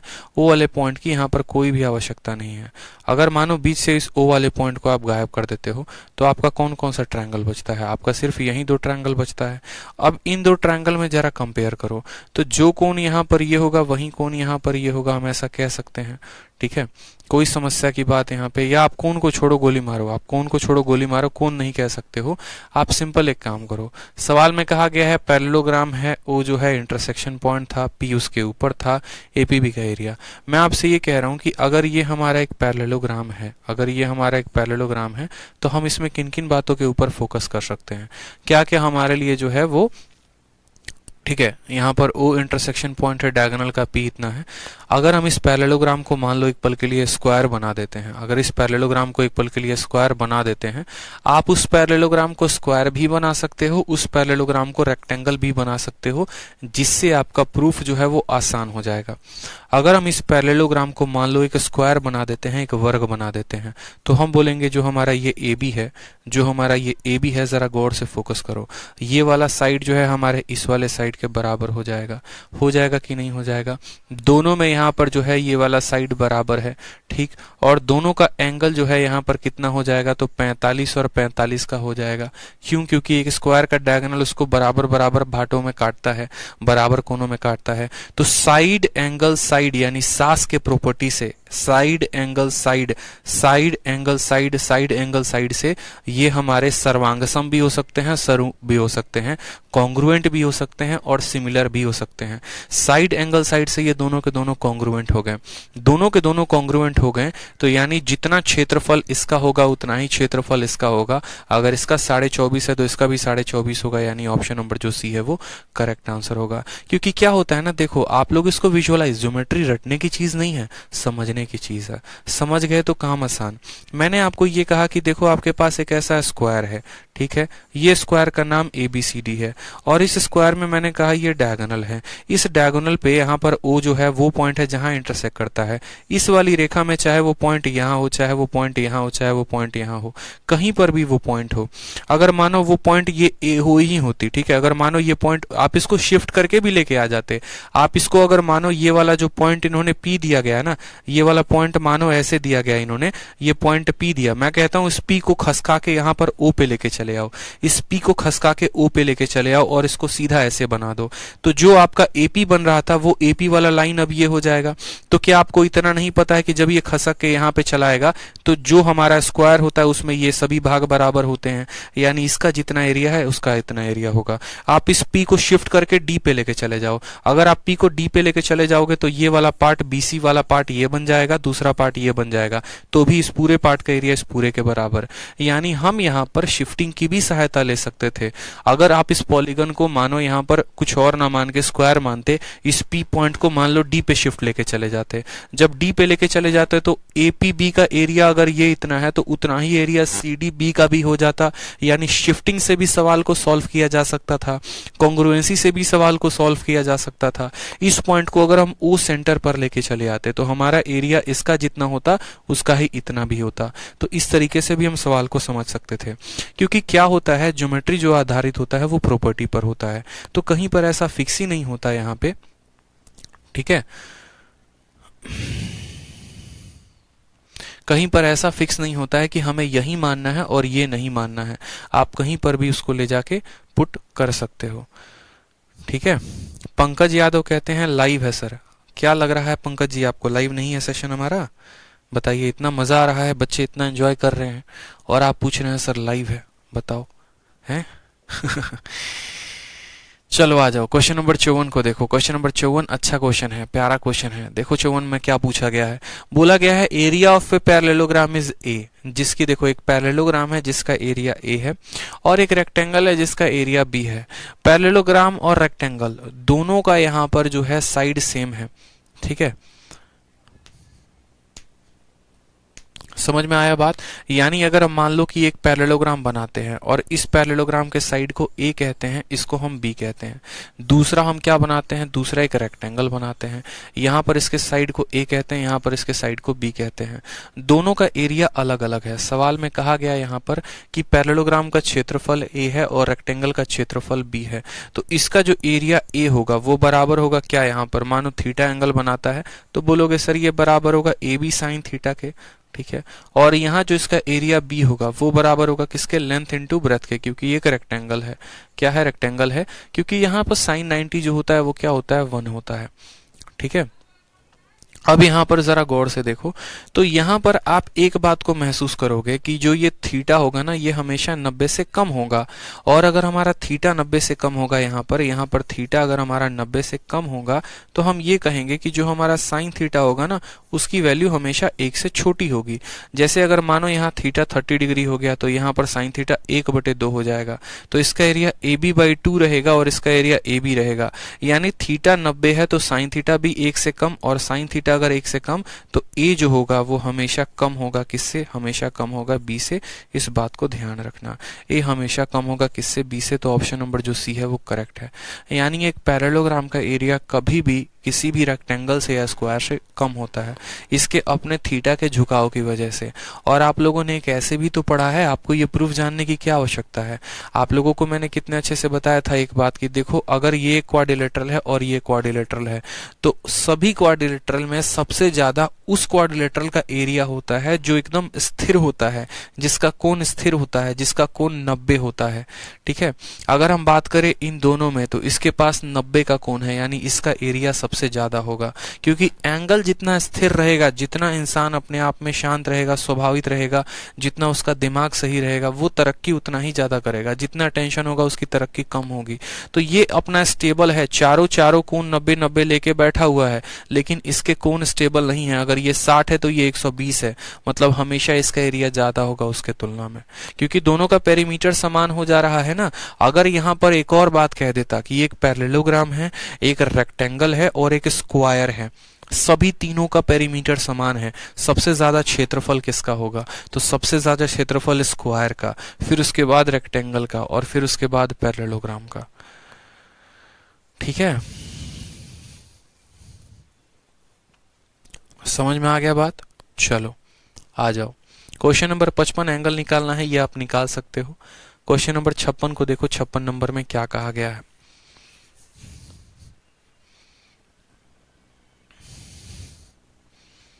56 नंबर सवाल को देखिए, 56 नंबर सवाल में क्या कहा है।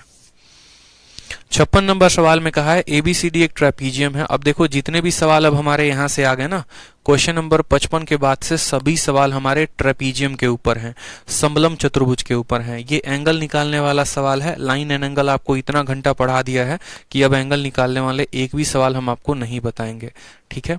अब आ जाइए क्वेश्चन नंबर 56 के ऊपर, ये भी हमारा समलम चतुर्भुज के ऊपर है। 55 से लेकर 60 तक जितने सवाल हैं सारे के सारे समलम चतुर्भुज के ऊपर हैं। तो 56 नंबर सवाल को देखिए, 56 नंबर सवाल में क्या कहा गया है। तो 56 नंबर सवाल में बड़ा आसान है, हमसे कहा गया है कि आपके पास एक ट्रेपीजियम है, तो हमने बना दिया ट्रेपीजियम यहाँ पे। उसमें कहा गया है हमारे BC जो है उसका मान 9 है, AB बराबर CD है। तो हमने कहा ठीक है भैया, ये हमारा हो गया A B ठीक है, सी और डी, क्योंकि सवाल में कहा गया है एडी बीसी के पैरेलल है। बीसी का मान कितना है तो 9 है। एबी का मान कितना है तो एडी का मान 5 है। ये जो एबी है और ये जो सीडी है ये आपस में क्या है, बराबर हैं। दोनों नॉन पैरेलल साइड आपस में बराबर हैं। अगर एबी सीडी का क्षेत्रफल 35 है तो हमसे जो है सीडी का मान पूछा गया है। ये जो नॉन पैरेलल साइड है इनका मान कितना होगा। कितनी बार हमने आपको बताया यहाँ पे कि नॉन पैरेलल साइड के ऊपर जो क्वेश्चन होते हैं ये हमेशा से जो है, ठीक है, आप आराम से निकाल सकते हो एरिया दिया गया है तो। आप मुझे बताओ यहाँ पर एरिया आपको कितना दिया गया है, 35 दिया गया है। अगर आपको एरिया 35 दिया गया है तो आप बोलोगे half into sum of parallel side, 9 5 14 into distance between them, ठीक है। किसी भी ट्रेपीजियम का area half into sum of parallel side into distance between them, और ये वैल्यू कितनी है तो 35 है। 2 से काटोगे 7 बार में, 7 से काटोगे 5 बार में, तो आपकी हाइट निकल कर कितनी चली आएगी तो हाइट आपकी 5 आ जाएगी। यानी यहाँ पर जो आप ये हाइट बनाओगे इसकी वैल्यू कितनी आ जाएगी तो 5 आ जाएगी। इसकी वैल्यू कितनी आ जाएगी, 5 आ जाएगी। उसी तरीके से यहाँ पर दूसरा वाला जो हाइट होगा इसकी भी वैल्यू हमारी 5 होगी। अब अगर ये वैल्यू 5 है तो ये भी वैल्यू हमारी 5 होगी। पूरे का लंबाई 9 है, अगर ये पूरा लंबाई 9 है और ये 5 है तो बाकी 4 कहाँ गया तो बाकी 4 यहाँ 2 में और 2 में बट गया। ये 2 में और 2 में क्या हो गया, बट गया।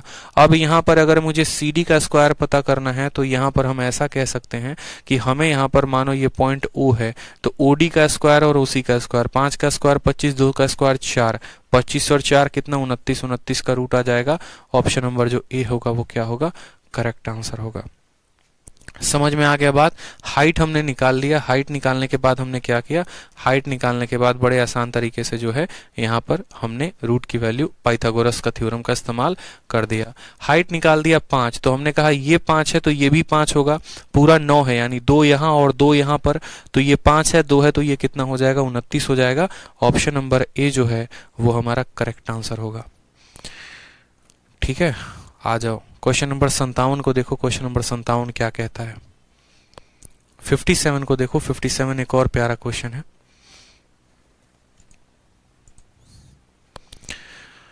कहा गया है आपको ABCD एक ट्रेपीजियम है जहां पर ABCD के पैरेलल है। AB का मान 26 है, BC का मान 25 है, CD का मान 40 है। AD का मान बताओ कितना होगा। AD का मान भी दिया गया है, हमसे एरिया पूछा है। मतलब एक ऐसा ट्रेपीजियम जिसके चारों साइड हमें दे दिए गए हैं और चारों साइड देने के बाद हमें उसका क्षेत्रफल पूछा गया है। चारों साइड देने के बाद हमें क्या पूछा गया है तो चारों साइड देने के बाद क्षेत्रफल पूछा गया है। ये सवाल आपके पेपर में बहुत बार पूछा जाता है और चारों के चारों साइड जो होते हैं वो भिन्न भिन्न होते हैं, अलग अलग होते हैं। ठीक है, तो एक ये कैटेगरी थी जो आपको जाननी थी। जब उसके चारों साइड अलग अलग होंगे तो आप सवालों को कैसे करेंगे। जब उसके चारों के चारों साइड होंगे तो आप कैसे करेंगे। ट्रेपीजियम का एरिया निकालने का फॉर्मूला होता है half into sum of parallel side into distance between them. लेकिन यहाँ पर जब आप देख रहे हैं तो आप कह रहे हैं अच्छा ठीक है AB हमारा CD के पैरेलल है और AB बड़ा है कि CD बड़ा है, तो बोलोगे CD बड़ा है यानी AB ऊपर वाला है। तो अगर हम बोलते हैं ये AB हो गया ये CD हो गया। AB का मान कितना दिया गया है तो 26 लिख दो, 26 यहाँ पे। CD का मान है हमारा 40, 40 लिख देंगे।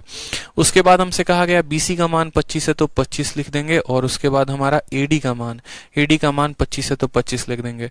शुक्र मनाओ, चलो अच्छी बात है कि हमारे दोनों नॉन पैरेलल साइड बराबर हैं। अगर दोनों नॉन पैरेलल साइड बराबर हैं तो हमारे लिए काम हमारा और आसान बन जाता है। अगर ये दोनों नॉन पैरेलल साइड बराबर नहीं होते तो काम मुश्किल हो जाता।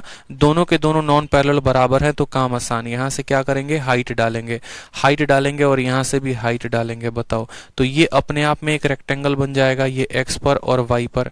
अगर ये 26 है तो बोलोगे सर ये xy कितना हो जाएगा, 26 हो जाएगा। और पूरा का लेंथ कितना है, 40 है यहाँ पे। तो 40 में से 26 अगर यहाँ गया तो बच गया कितना, 14 बच गया। अब वो 14 बच गया तो वो 14 में 7 यहाँ पर जाएगा और वो 7 यहाँ पर जाएगा। अब आपको पता है अच्छे से एक बात कि 7 और 25 का ट्रिपलेट क्या होता है, तो 7 24 और 25 का ट्रिपलेट होता है, पढ़ाया है। 7 24 और 25 क्या बनाते हैं, ट्रिपलेट बनाते हैं। तो बन गया ट्रिपलेट यहाँ पर। तो जब हम इसका एरिया निकालेंगे तो एरिया कितना आएगा, तो half into sum of parallel side. Sum of parallel side कितना होगा, तो 26 जमा 40 और इंटू डिस्टेंस बिटवीन देम। ये डिस्टेंस कितना आएगा, तो 24 आ जाएगा। 2 से काटो यहाँ पर 12 बार में, ठीक है। 40 और 26 कितना हो गया, तो 66। 66 को हमने 12 के साथ काटा, एक क्या के स्थान पे जिसका 2 होगा वही आंसर। देखो 6 × 2 12, 12 का स्थान पे 2, एक ही संख्या है जिसके यूनिट पे 2 है, यानी ऑप्शन नंबर जो बी है वो करेक्ट आंसर हो जाएगा 792 सेंटीमीटर स्क्वायर। समझ में आ गया मेरी बात यहाँ पे, ऑप्शन नंबर जो बी है वो करेक्ट आंसर, ठीक है। ऑप्शन नंबर जो बी है वो करेक्ट आंसर है। अब मान लो यहाँ पर कि कल के दिन अगर आपको मैं यही सवाल दे देता, सेम डिट्टो सवाल दे देता मैं आपको, और तब मैं आपको बोलता यहाँ पे कि थोड़ा सा परिवर्तन करता, क्वेश्चन नंबर 57 के जगह पे एक नया सवाल मैं आपको दे देता और मैं कहता कि आपके पास एक ट्रेपीजियम है, देखते चलिए। और ट्रेपीजियम की कहानी ऐसी है कि इसकी लंबाई 20 है, इसकी लंबाई हमारी 40 है, ठीक है। ये लंबाई जो है हमारी 21 है और ये 21 ना कह के आप ऐसा कह लो, मान लो ये लंबाई 10 है और ये लंबाई 11 है। और तब हम आपसे पूछते हैं कि बताओ इस ट्रेपीजियम का एरिया कितना होगा। इस ट्रेपीजियम का एरिया निकालो। यहाँ पर एरिया निकालना बहुत बहुत बहुत आसान था। एरिया कैसे निकाल दिया हम लोगों ने, तो एरिया हम लोगों ने साफ तौर पे निकाल दिया मेरे भाई, ठीक है। एरिया हम लोगों ने साफ तौर पे निकाल दिया हाइट निकाल के। एक और आपको एक और बात बताऊं, एक और मैजिकल ट्रिक दिखाऊं आपको। जब ये आइसोस्केलेस ट्रेपीजियम होता है ना, जब ये आइसोस्केलेस ट्रेपीजियम होता है तो आप एक और मैजिक इसके साथ कर सकते हो। और वो मैजिक क्या कर सकते हो वो सीख लो। रटा रटाया काम मत किया करो हमेशा। अगर मानो आपको मैजिक करना ही करना है ना, तो आप खुद मेरी बात को समझना। जब ये आइसोस्केलेस होता है तो आप इस वाले पार्ट को, यानी इस वाले पार्ट को यहां से काट के, अगर मानो उल्टा करके यहां से काट के और उल्टा करके ले जाके वहां पेस्ट करोगे तो ये पार्ट हमारा कुछ ऐसा बन जाएगा, ये पार्ट हमारा कुछ ऐसा बन जाएगा। समझ में आ गया बात यहाँ पे, ठीक है। ये वाला पार्ट को आप ले जाके काटोगे तो वहां पर कुछ हमारा ऐसा बन जाएगा। उस केस में पूरा का पूरा जो ट्रेपीजियम होगा, उस केस में पूरा का पूरा, देखो मेरी बात को समझो मैं क्या कह रहा हूं। आप इस वाले पार्ट को काट दो, इस वाले पार्ट को काट के और यहां ले जाके चिपका दो। जब आप इसको यहां ले जाके चिपकाओगे तो अब जो हमें एरिया पता करना है वो कहीं ना कहीं हमें इस ब्लू वाले पार्ट को पता करना है।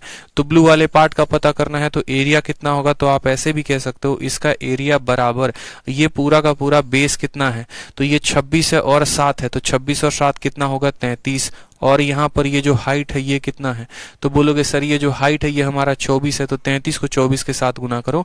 आप ऐसे भी 24 का 3 गुना 72 का 2 7 हाथ में, 24 का 3 गुना 72 और 7 792 ऐसे भी आएगा, ठीक है। 792 ऐसे भी आएगा। क्यों? क्योंकि भाई साहब हमने यहाँ पर एरिया निकाला है थोड़ा कायदे से।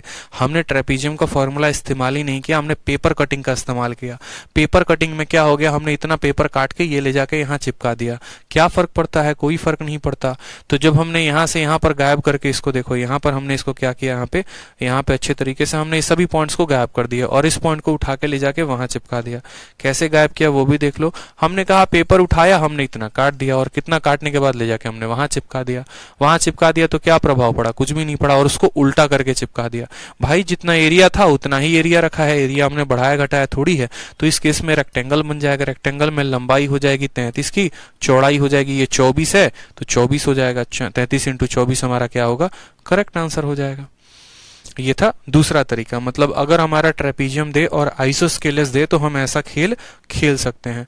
लेकिन अगर सोचो आपका सवाल, आपका एग्जामिनर एक ऐसा ट्रेपीजियम दे दे जो आइसोस्केलेस हो ही ना, यानी उसके जो नॉन पैरेलल साइड है वो बराबर नहीं होगा, तो आप सवाल को कैसे बनाओगे? तो उस केस में आपको करना कुछ नहीं है। जब आप यहाँ से हाइट डालोगे, ठीक है, आप मेरी बात को समझना, जब आप यहाँ से हाइट डालोगे और जब आप यहाँ से हाइट डालोगे तो दो पैरेलल लाइन के बीच में जो हाइट होता है वो तो सेम होता है कि नहीं होता है? तो जो इसका हाइट होगा और जो इसका हाइट होगा वो सेम होगा, ठीक है। यहाँ से लेकर यहाँ तक जो लेंथ है वो 20 है, तो हम इसको भी कहेंगे कि ये भी हमारी वैल्यू कितनी है? 20 है। अब ये पूरा का पूरा वैल्यू कितना है? 40 है हमारा यहाँ पे।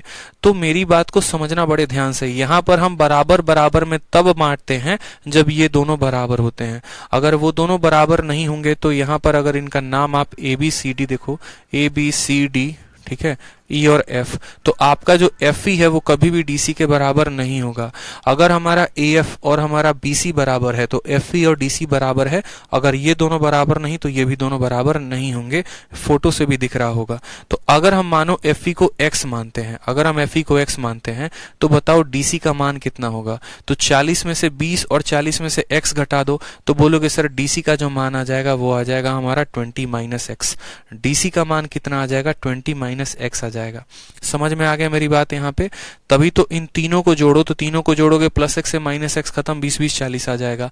अब यहाँ पर जो आपका AE का वैल्यू है, यानी आपका जो AE हाइट है वो हमारे BD के बराबर, दोनों हाइट हमारे आपस में बराबर।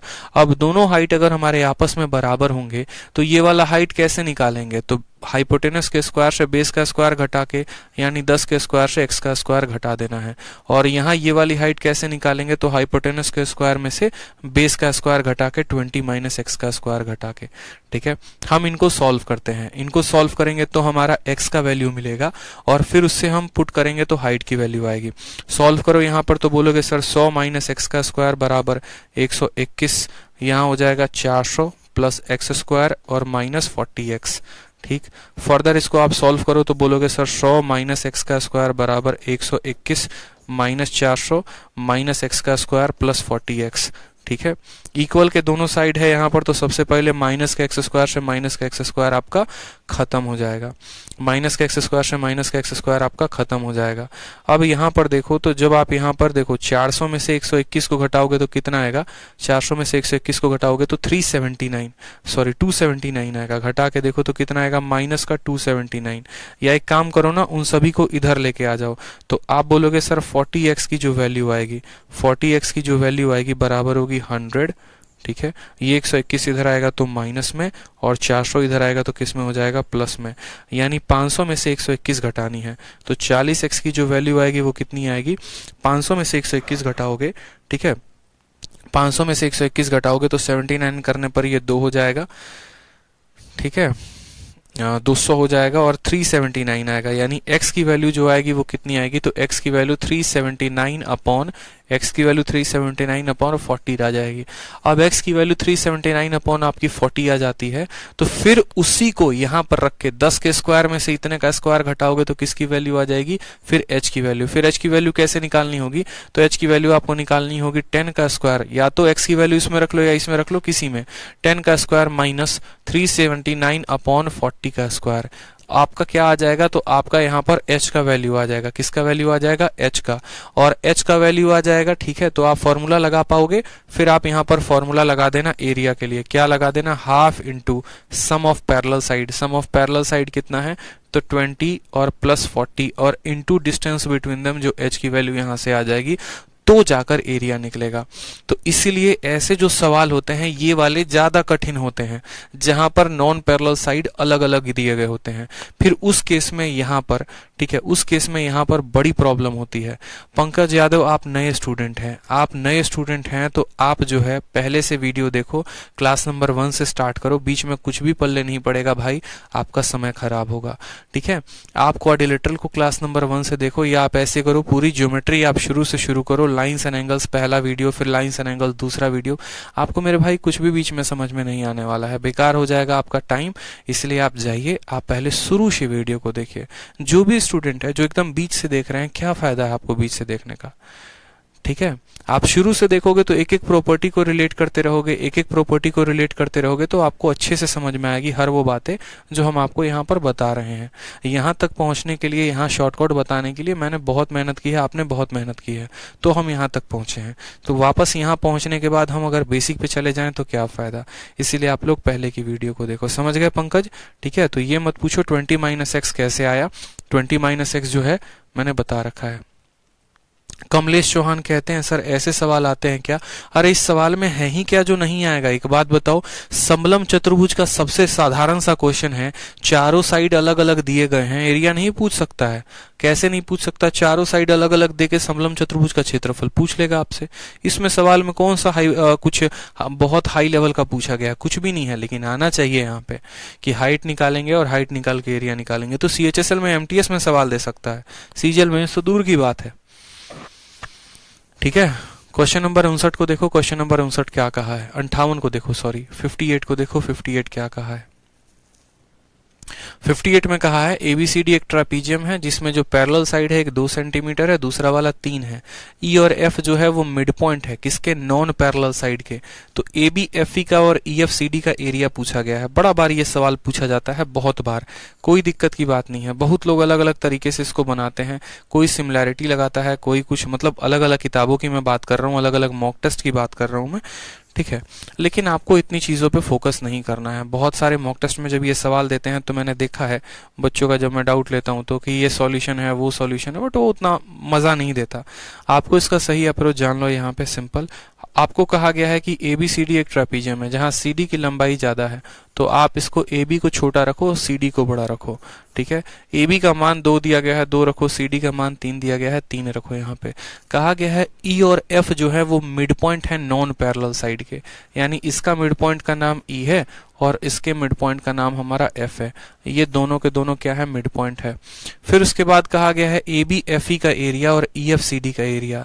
ABFE का एरिया और EFCD का एरिया जो होगा वो क्या होगा, यहाँ पे रेशियो पूछा गया है। बहुत सिंपल है मेरे भाई, आपको कुछ भी नहीं करना, ठीक है।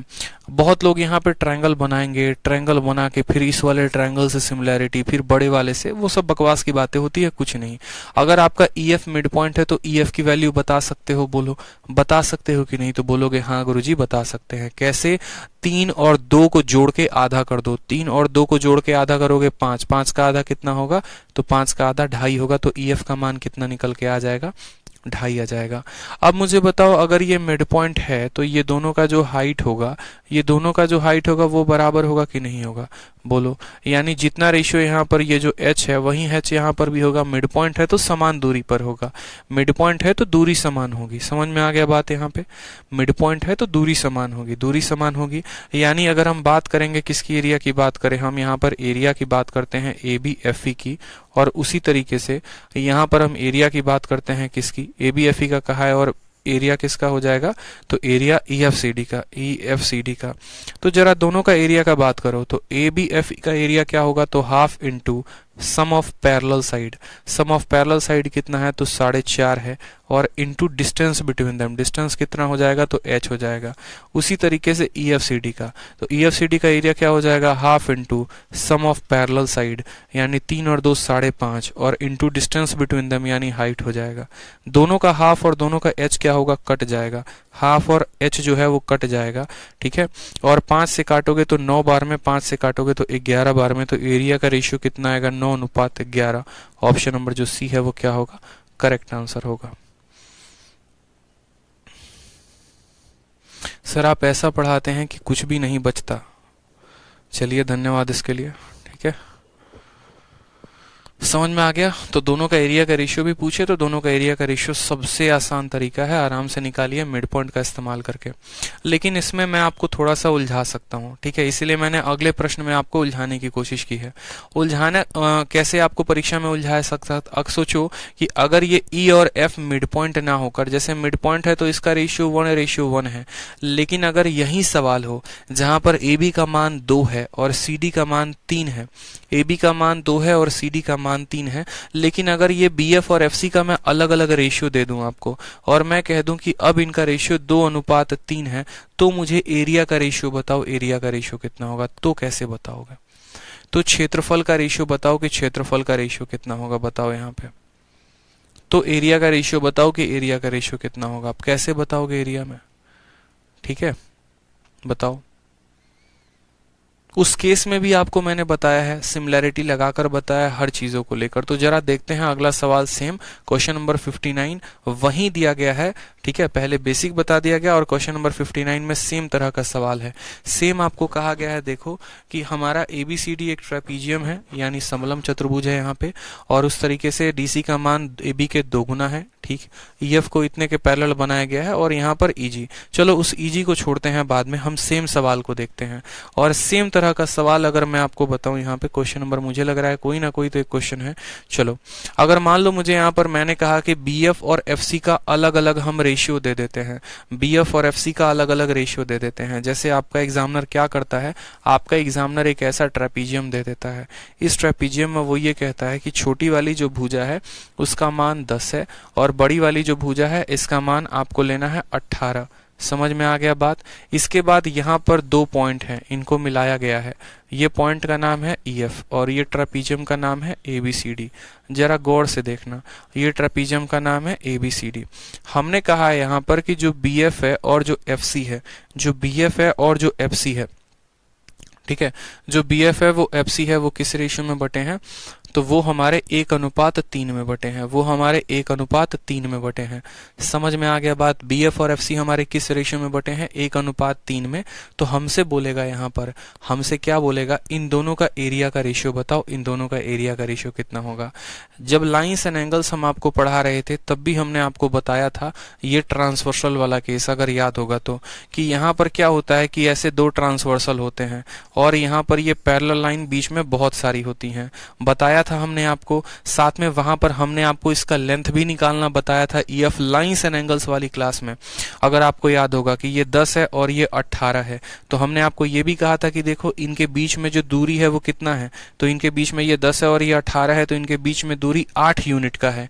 इनके बीच में दूरी 8 यूनिट का है। ये 10 सेंटीमीटर है और ये 18 है, तो बीच में कितने की दूरी है, 8 की दूरी है। वो 8 की दूरी 1 और 3 के अनुपात में बटी है, वो 8 की दूरी 1 और 3 के अनुपात में। जैसे मानो यहाँ पीछे वाले सवाल में देखो, ये 2 है और ये 3 है, ये 2 है और ये 3 है, तो बीच में कितने की दूरी थी, तो बोलते सर बीच में हमारा यहाँ पर 1 यूनिट का दूरी था और वो 1 यूनिट 1 और 1 के पार्ट में बटा था, यानी 1 जो है ये 2 का मान था। ठीक है, तो 1 का मान कितना होगा, तो 0.5, यानी यहाँ से 2.5 आगे बढ़ जाओ या यहाँ से 2.5 पीछे घट जाओ। समझ में आ गई बात। तो ये हम कैसे लिखते हैं, हम पार्ट से लिखते हैं। हम डायरेक्ट यहाँ पर जो है देखो EF निकालने के दो तरीके होते हैं। यहाँ तो जो डिस्टेंस है उसको दो बराबर भागों में बांट के जो है कर सकते थे, या फिर आपको फॉर्मूला भी मैंने बताया है। बहुत बच्चे EF का ऐसे भी मान निकाल लेते हैं कि EF बराबर 1 × 18, आप ऐसे भी लिख सकते हो 1 × 18 प्लस 3 × 10, आप ऐसे भी लिख सकते हो 3 × 10, और डिवाइडेड बाई जिस रेशियो में है, यानी 3 × 1 4 में, तो आ जाएगा आपका ये 30 और ये 18 48, 48 को 4 के साथ करोगे तो 12 आप EF का मान निकाल सकते हो। एक तो फॉर्मूला से निकाल सकते हो और दूसरा बिना फॉर्मूला का प्रयोग किए कह सकते हो। इनके बीच में जो है ये कितना है, तो 8 यूनिट का मान है, और उस 8 यूनिट को मुझे किस रेशियो में, 1 और 4 में, 1 और 3 में बांटना है। किस में बांटना है, तो 1 और 3 में। 4 का मान अगर 8 यूनिट है तो 1 का मान कितना हो जाएगा, 2, 10 में 2 जोड़ेंगे तो ये हमारा EF का मान आ जाएगा 12, तो EF का मान हम यहाँ 12 लिख सकते हैं, 12 लिख सकते हैं। अब बहुत बच्चे सोचेंगे पता है क्या, कि इनकी जो हाइट होगी वो भी सेम होगी। नहीं मेरे भाई, हाइट सेम नहीं होगी, हाइट बिल्कुल भी सेम नहीं होगी। देखो अगर यहाँ पर इसकी हाइट बना रहे हो और यहाँ पर इसकी हाइट बना रहे हो, तो आप खुद सोचो ना, यहाँ पे ये 10 है और ये 12 है तो इसकी हाइट यहाँ 2 हो गई, ये 12 है ये 18 है तो इसकी हाइट यहाँ पर 6 हो गई, तो हाइट तो अलग अलग आ गई। देखो ना, अगर मानो ये हमारे दो पैरेलल, दो ट्रांसवर्सल हैं और उनके बीच में हम लाइन खींचते हैं, मान लो ये 10 यूनिट पर है, ये 18 पर है, तो एक 11 होगा, 12 13 14 15 16 17 और ये है 18वां लाइन। ठीक है, अब हमने यहाँ पर क्या किया, हमने यहाँ पर बीच में कोई लाइन को एक को पकड़ लिया और ये 12वीं लाइन है, मान लो ये 12वीं लाइन है, यानी यहाँ पर 2 यूनिट का गैप है, और ये 18वीं लाइन है, तो 12 और 18 में कितने का गैप है, 6 का गैप है, तो 6 का। इस तरीके से आप गैप के माध्यम से ले सकते हो। अब आप यहाँ पर ABEF का एरिया निकालो। अब आप यहाँ पे एरिया निकालो किसका, तो ABFE का एरिया, और लास्ट में एरिया निकालोगे किसका, एरिया आप निकालो EFCD का। तो आप यहाँ पर ABFE का एरिया निकालोगे तो बोलोगे सर हाफ इंटू, और यहाँ 2 और 6 को आप ऐसे भी लिख सकते हो। देखो 2 और 6 को आप ऐसे भी लिख सकते हो कि अगर इनका साइडवा 1:3 में है तो इनका जो हाइटवा होगा वो 1:3 में होगा। समझे, आप ऐसे भी कर सकते हो कि ये अगर 1:3 में है तो ये भी 1:3 में होगा। इसकी हाइट आप इस तरीके से भी लिख सकते हो, कोई परेशानी की बात नहीं है। ठीक है, वो आपके समझदारी के ऊपर है। समझ में आ गई बात। अब जैसे एरिया का रेशियो लिखना है तो half into sum of parallel side, 10 जमा 12 कितना, तो 10 जमा 12 जो हो जाएगा वो हो जाएगा 22, और इंटू डिस्टेंस बिटवीन देम कितना हो जाएगा 2। उसी तरीके से नीचे वाले का half into sum of parallel side 18 12 कितना हो जाएगा 30, और इंटू डिस्टेंस बिटवीन देम हो जाएगा 6। हाफ से हाफ खत्म।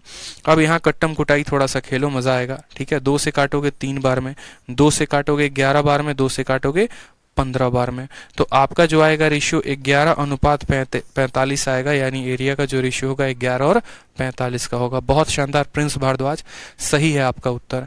अगर हमारा यहाँ पर नॉन पैरेलल साइड का 1:3 तो हाइट का भी अनुपात 1:3 होगा।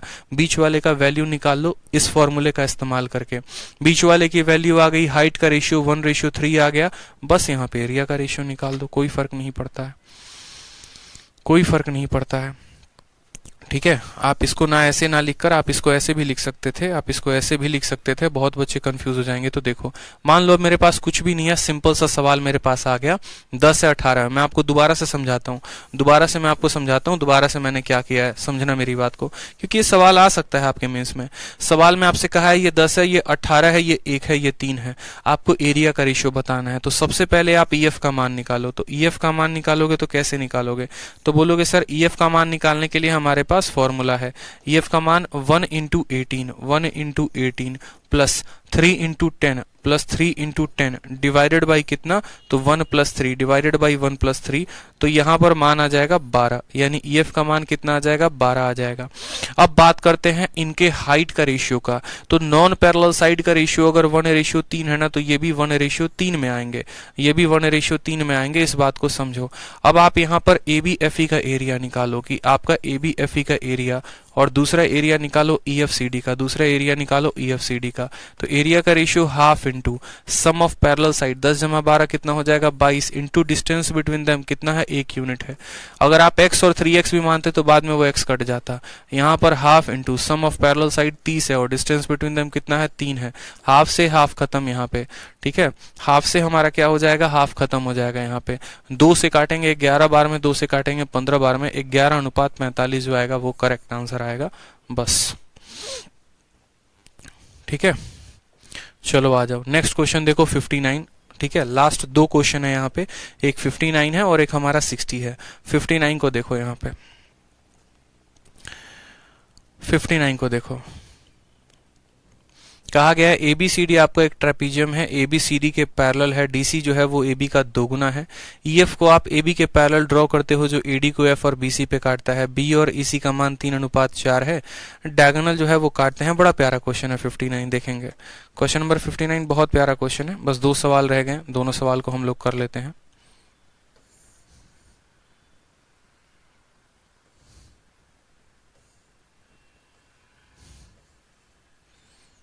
अच्छा, ट्रेपीजियम दिया गया है ना, तो ट्रेपीजियम बनाइए यहाँ पे।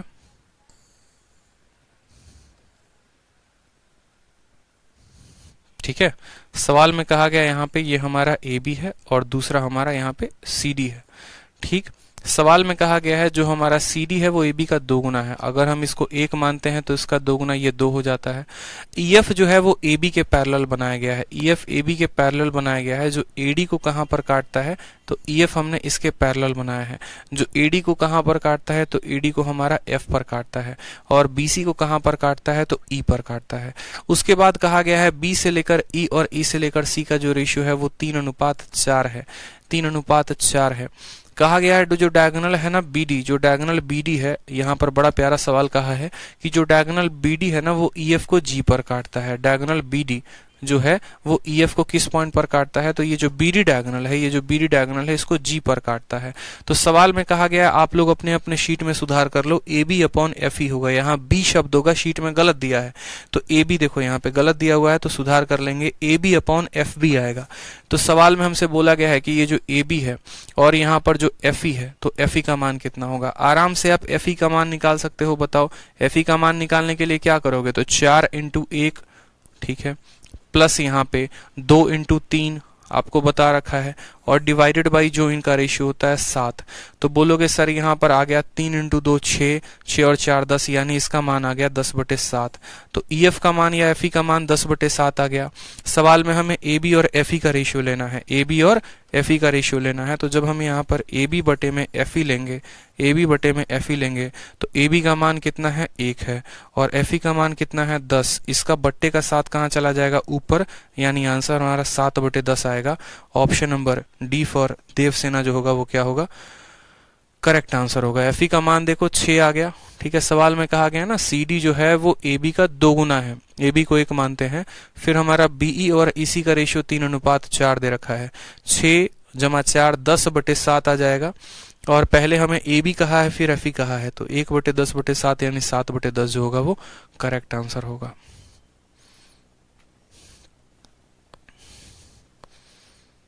ठीक है, चलिए लास्ट क्वेश्चन है, क्वेश्चन नंबर 60। देखिए क्वेश्चन नंबर 60 क्या कहा है।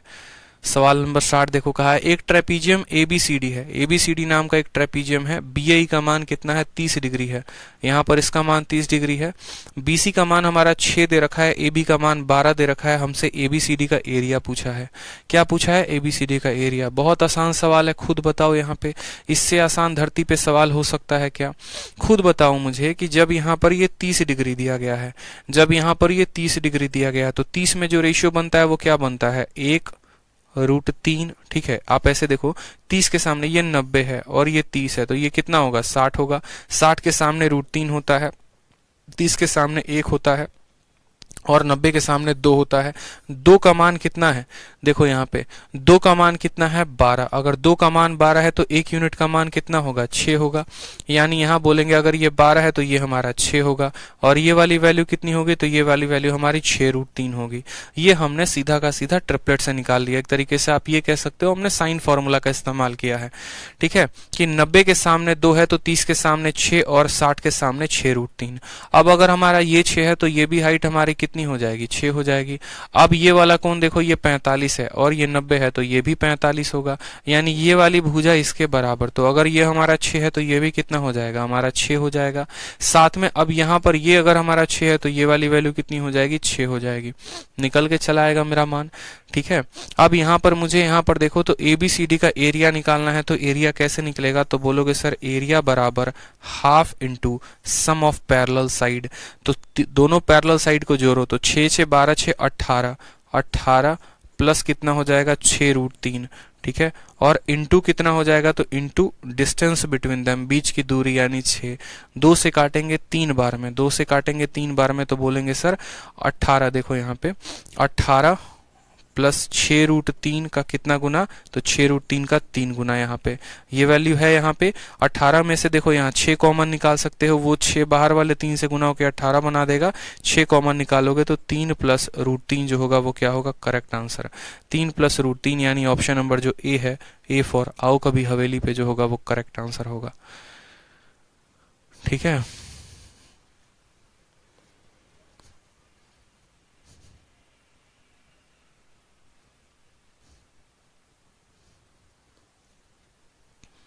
तो ये इस तरीके से आपके इस बार के पेपर में अलग अलग सवाल पूछे गए हैं, और इस तरीके से आपके ट्रेपीजियम में अगले साल पेपर में पूछा जाएगा, नए साल 2022 में जितने भी आपके पेपर हैं। तो इसीलिए अच्छे तरीके से कंसेप्ट को सीखिए। देखिए हमने अपने तरफ से कोई भी कसर नहीं छोड़ी है आपको बढ़ाने में, कोई ऐसा टॉपिक नहीं छोड़ा है जो हमने ना बताया हो आपको। हर एक प्रॉपर्टी को बड़े प्यार से बड़े अच्छे से समझाया है, उसके यूजेस आपको एप्लीकेशन समझाएं कि अगर यहाँ ऐसे ना हो के ऐसे हो जाए तो कैसे करेंगे। ठीक है, यहाँ ऐसे ना हो के वैसे बने तो कैसे करेंगे, एरिया को काट के शिफ्टिंग करके एरिया निकाल के फॉर्मूला का इस्तेमाल करके, जहां शॉर्ट ट्रिक की जरूरत थी शॉर्ट ट्रिक करके। तो इस तरीके से अब हमारा होता है क्वाड्रिलेटरल खत्म। तो सबसे पहले आपको पढ़ाया लाइंस एंड एंगल्स, फिर उसके बाद पढ़ाए ट्रायंगल्स, फिर उसके बाद पढ़ाया क्वाड्रिलेटरल। उसके बाद कल की जो क्लास होगी, अगली क्लास वो होगी पॉलीगन पे। पॉलीगन आपकी 2 क्लास में खत्म हो जाएगी, पॉलीगन में ज्यादा नहीं सीखना होता है। और उसके बाद हम पढ़ेंगे सर्कल, तो हमारा ज्योमेट्री हो जाएगा खत्म। ठीक है, सर्कल में कुछ नई बातें जाननी है जो हम जानेंगे। 2 तरह की मैंने शीट बनवाई है, बहुत ही प्यारी प्यारी शीट है। एक शीट पूरा का पूरा थ्योरी है और दूसरा का पूरा प्रैक्टिस है। थ्योरी वाला जो है अपलोड करवा देंगे, आप लोग उसको पढ़ लेंगे, उसको हम नहीं पढ़ाएंगे, उसकी कुछ बातें जो हैं वो हम सिखा देंगे। ठीक है, और प्रैक्टिस वाला जो है वो हम क्लास में आप लोगों को करवा देंगे। थ्योरी वाली शीट आप लोगों को अपलोड करवा देंगे। उसके बाद हम लोग पढ़ेंगे मेंसुरेशन। मेंसुरेशन में ज्यादा टाइम नहीं लगेगा, बहुत कम क्लासेस में आराम से हम कवर अप कर सकते करते हैं, क्योंकि बहुत ऐसी बातें हैं जो हमने यहाँ पर सीधा का सीधा जान लिया है मेंसुरेशन का। ठीक है, तो मेंसुरेशन का जो 2D है वो हमारा ऐसे ही खत्म हो जाएगा, बचेगा हमारा 3D, उस 3D को खत्म करेंगे। और आगे से भी जितने भी सवाल होंगे या जितने भी क्लासेस होंगे, अगर शीट में सवाल 60 हैं तो मैं मुश्किल से 30 या 35 क्वेश्चन कराऊंगा, बाकी आप लोगों के लिए छोड़ दूंगा, क्योंकि हर सवाल पे बैसाखी पकड़ाना मुझे नहीं लगता है फायदा होगा। शुरू से हमारा ये कहीं ना कहीं ये गलती रहा है कि मैंने हर सवाल को कराया है, और हर सवाल को कराने के चलते जो है सेशन बहुत लंबा हो गया, समय हमारा काफी लग गया। ठीक है, और इससे जो है काफी नुकसान हो गया। तो कुछ सवाल आप लोगों को प्रैक्टिस करनी है, अगर आप नहीं प्रैक्टिस करेंगे तो आपका बहुत नुकसान होने वाला है, मैं आपको बता दूं। अगर 200 सवालों की मैं शीट दे रहा हूं, मैं 200 के 200 में नहीं करवाऊंगा, इस बात को ध्यान रखो। आगे से मैं उसके आधे क्वेश्चंस करवाऊंगा, आधे आपको करने होंगे। और नहीं तो या तो ये होगा कि मैं आपको 100 सवाल ही दूं, फिर 200 सवाल नहीं दूं, ठीक है, और वो 100 सवाल करवा दूं। और अगर ये होगा कि मैं आपको ज्यादा क्वेश्चंस दे रहा हूं तो बाकी क्वेश्चंस आपको करने हैं जो सिमिलर पैटर्न पर हैं। पढ़ोगे तो हो जाएगा, इतना मुझे पता है, क्योंकि अगर गुरुकुल के बच्चे ये सवाल लगा लेते हैं जो प्री वाले हैं, तो आप तो फिर भी बढ़िया कैटेगरी के स्टूडेंट हो, तो आपसे क्यों नहीं लग सकता है। ठीक है, पूरा का पूरा प्रिया वर्मा रिवीजन का टाइम मिलेगा, चिंता मत करो आप। ठीक है, चलो तो खुश रहो, मस्त रहो, पढ़ते रहो, ध्यान दो अपना। ठीक है, ऑल द बेस्ट भाई। ठीक है, चलो मिलते हैं अगले सेशन में पॉलीगन, और पॉलीगन के बाद स्टार्ट करेंगे सर्कल, ताकि एक प्रॉब्लम खत्म हो जाए।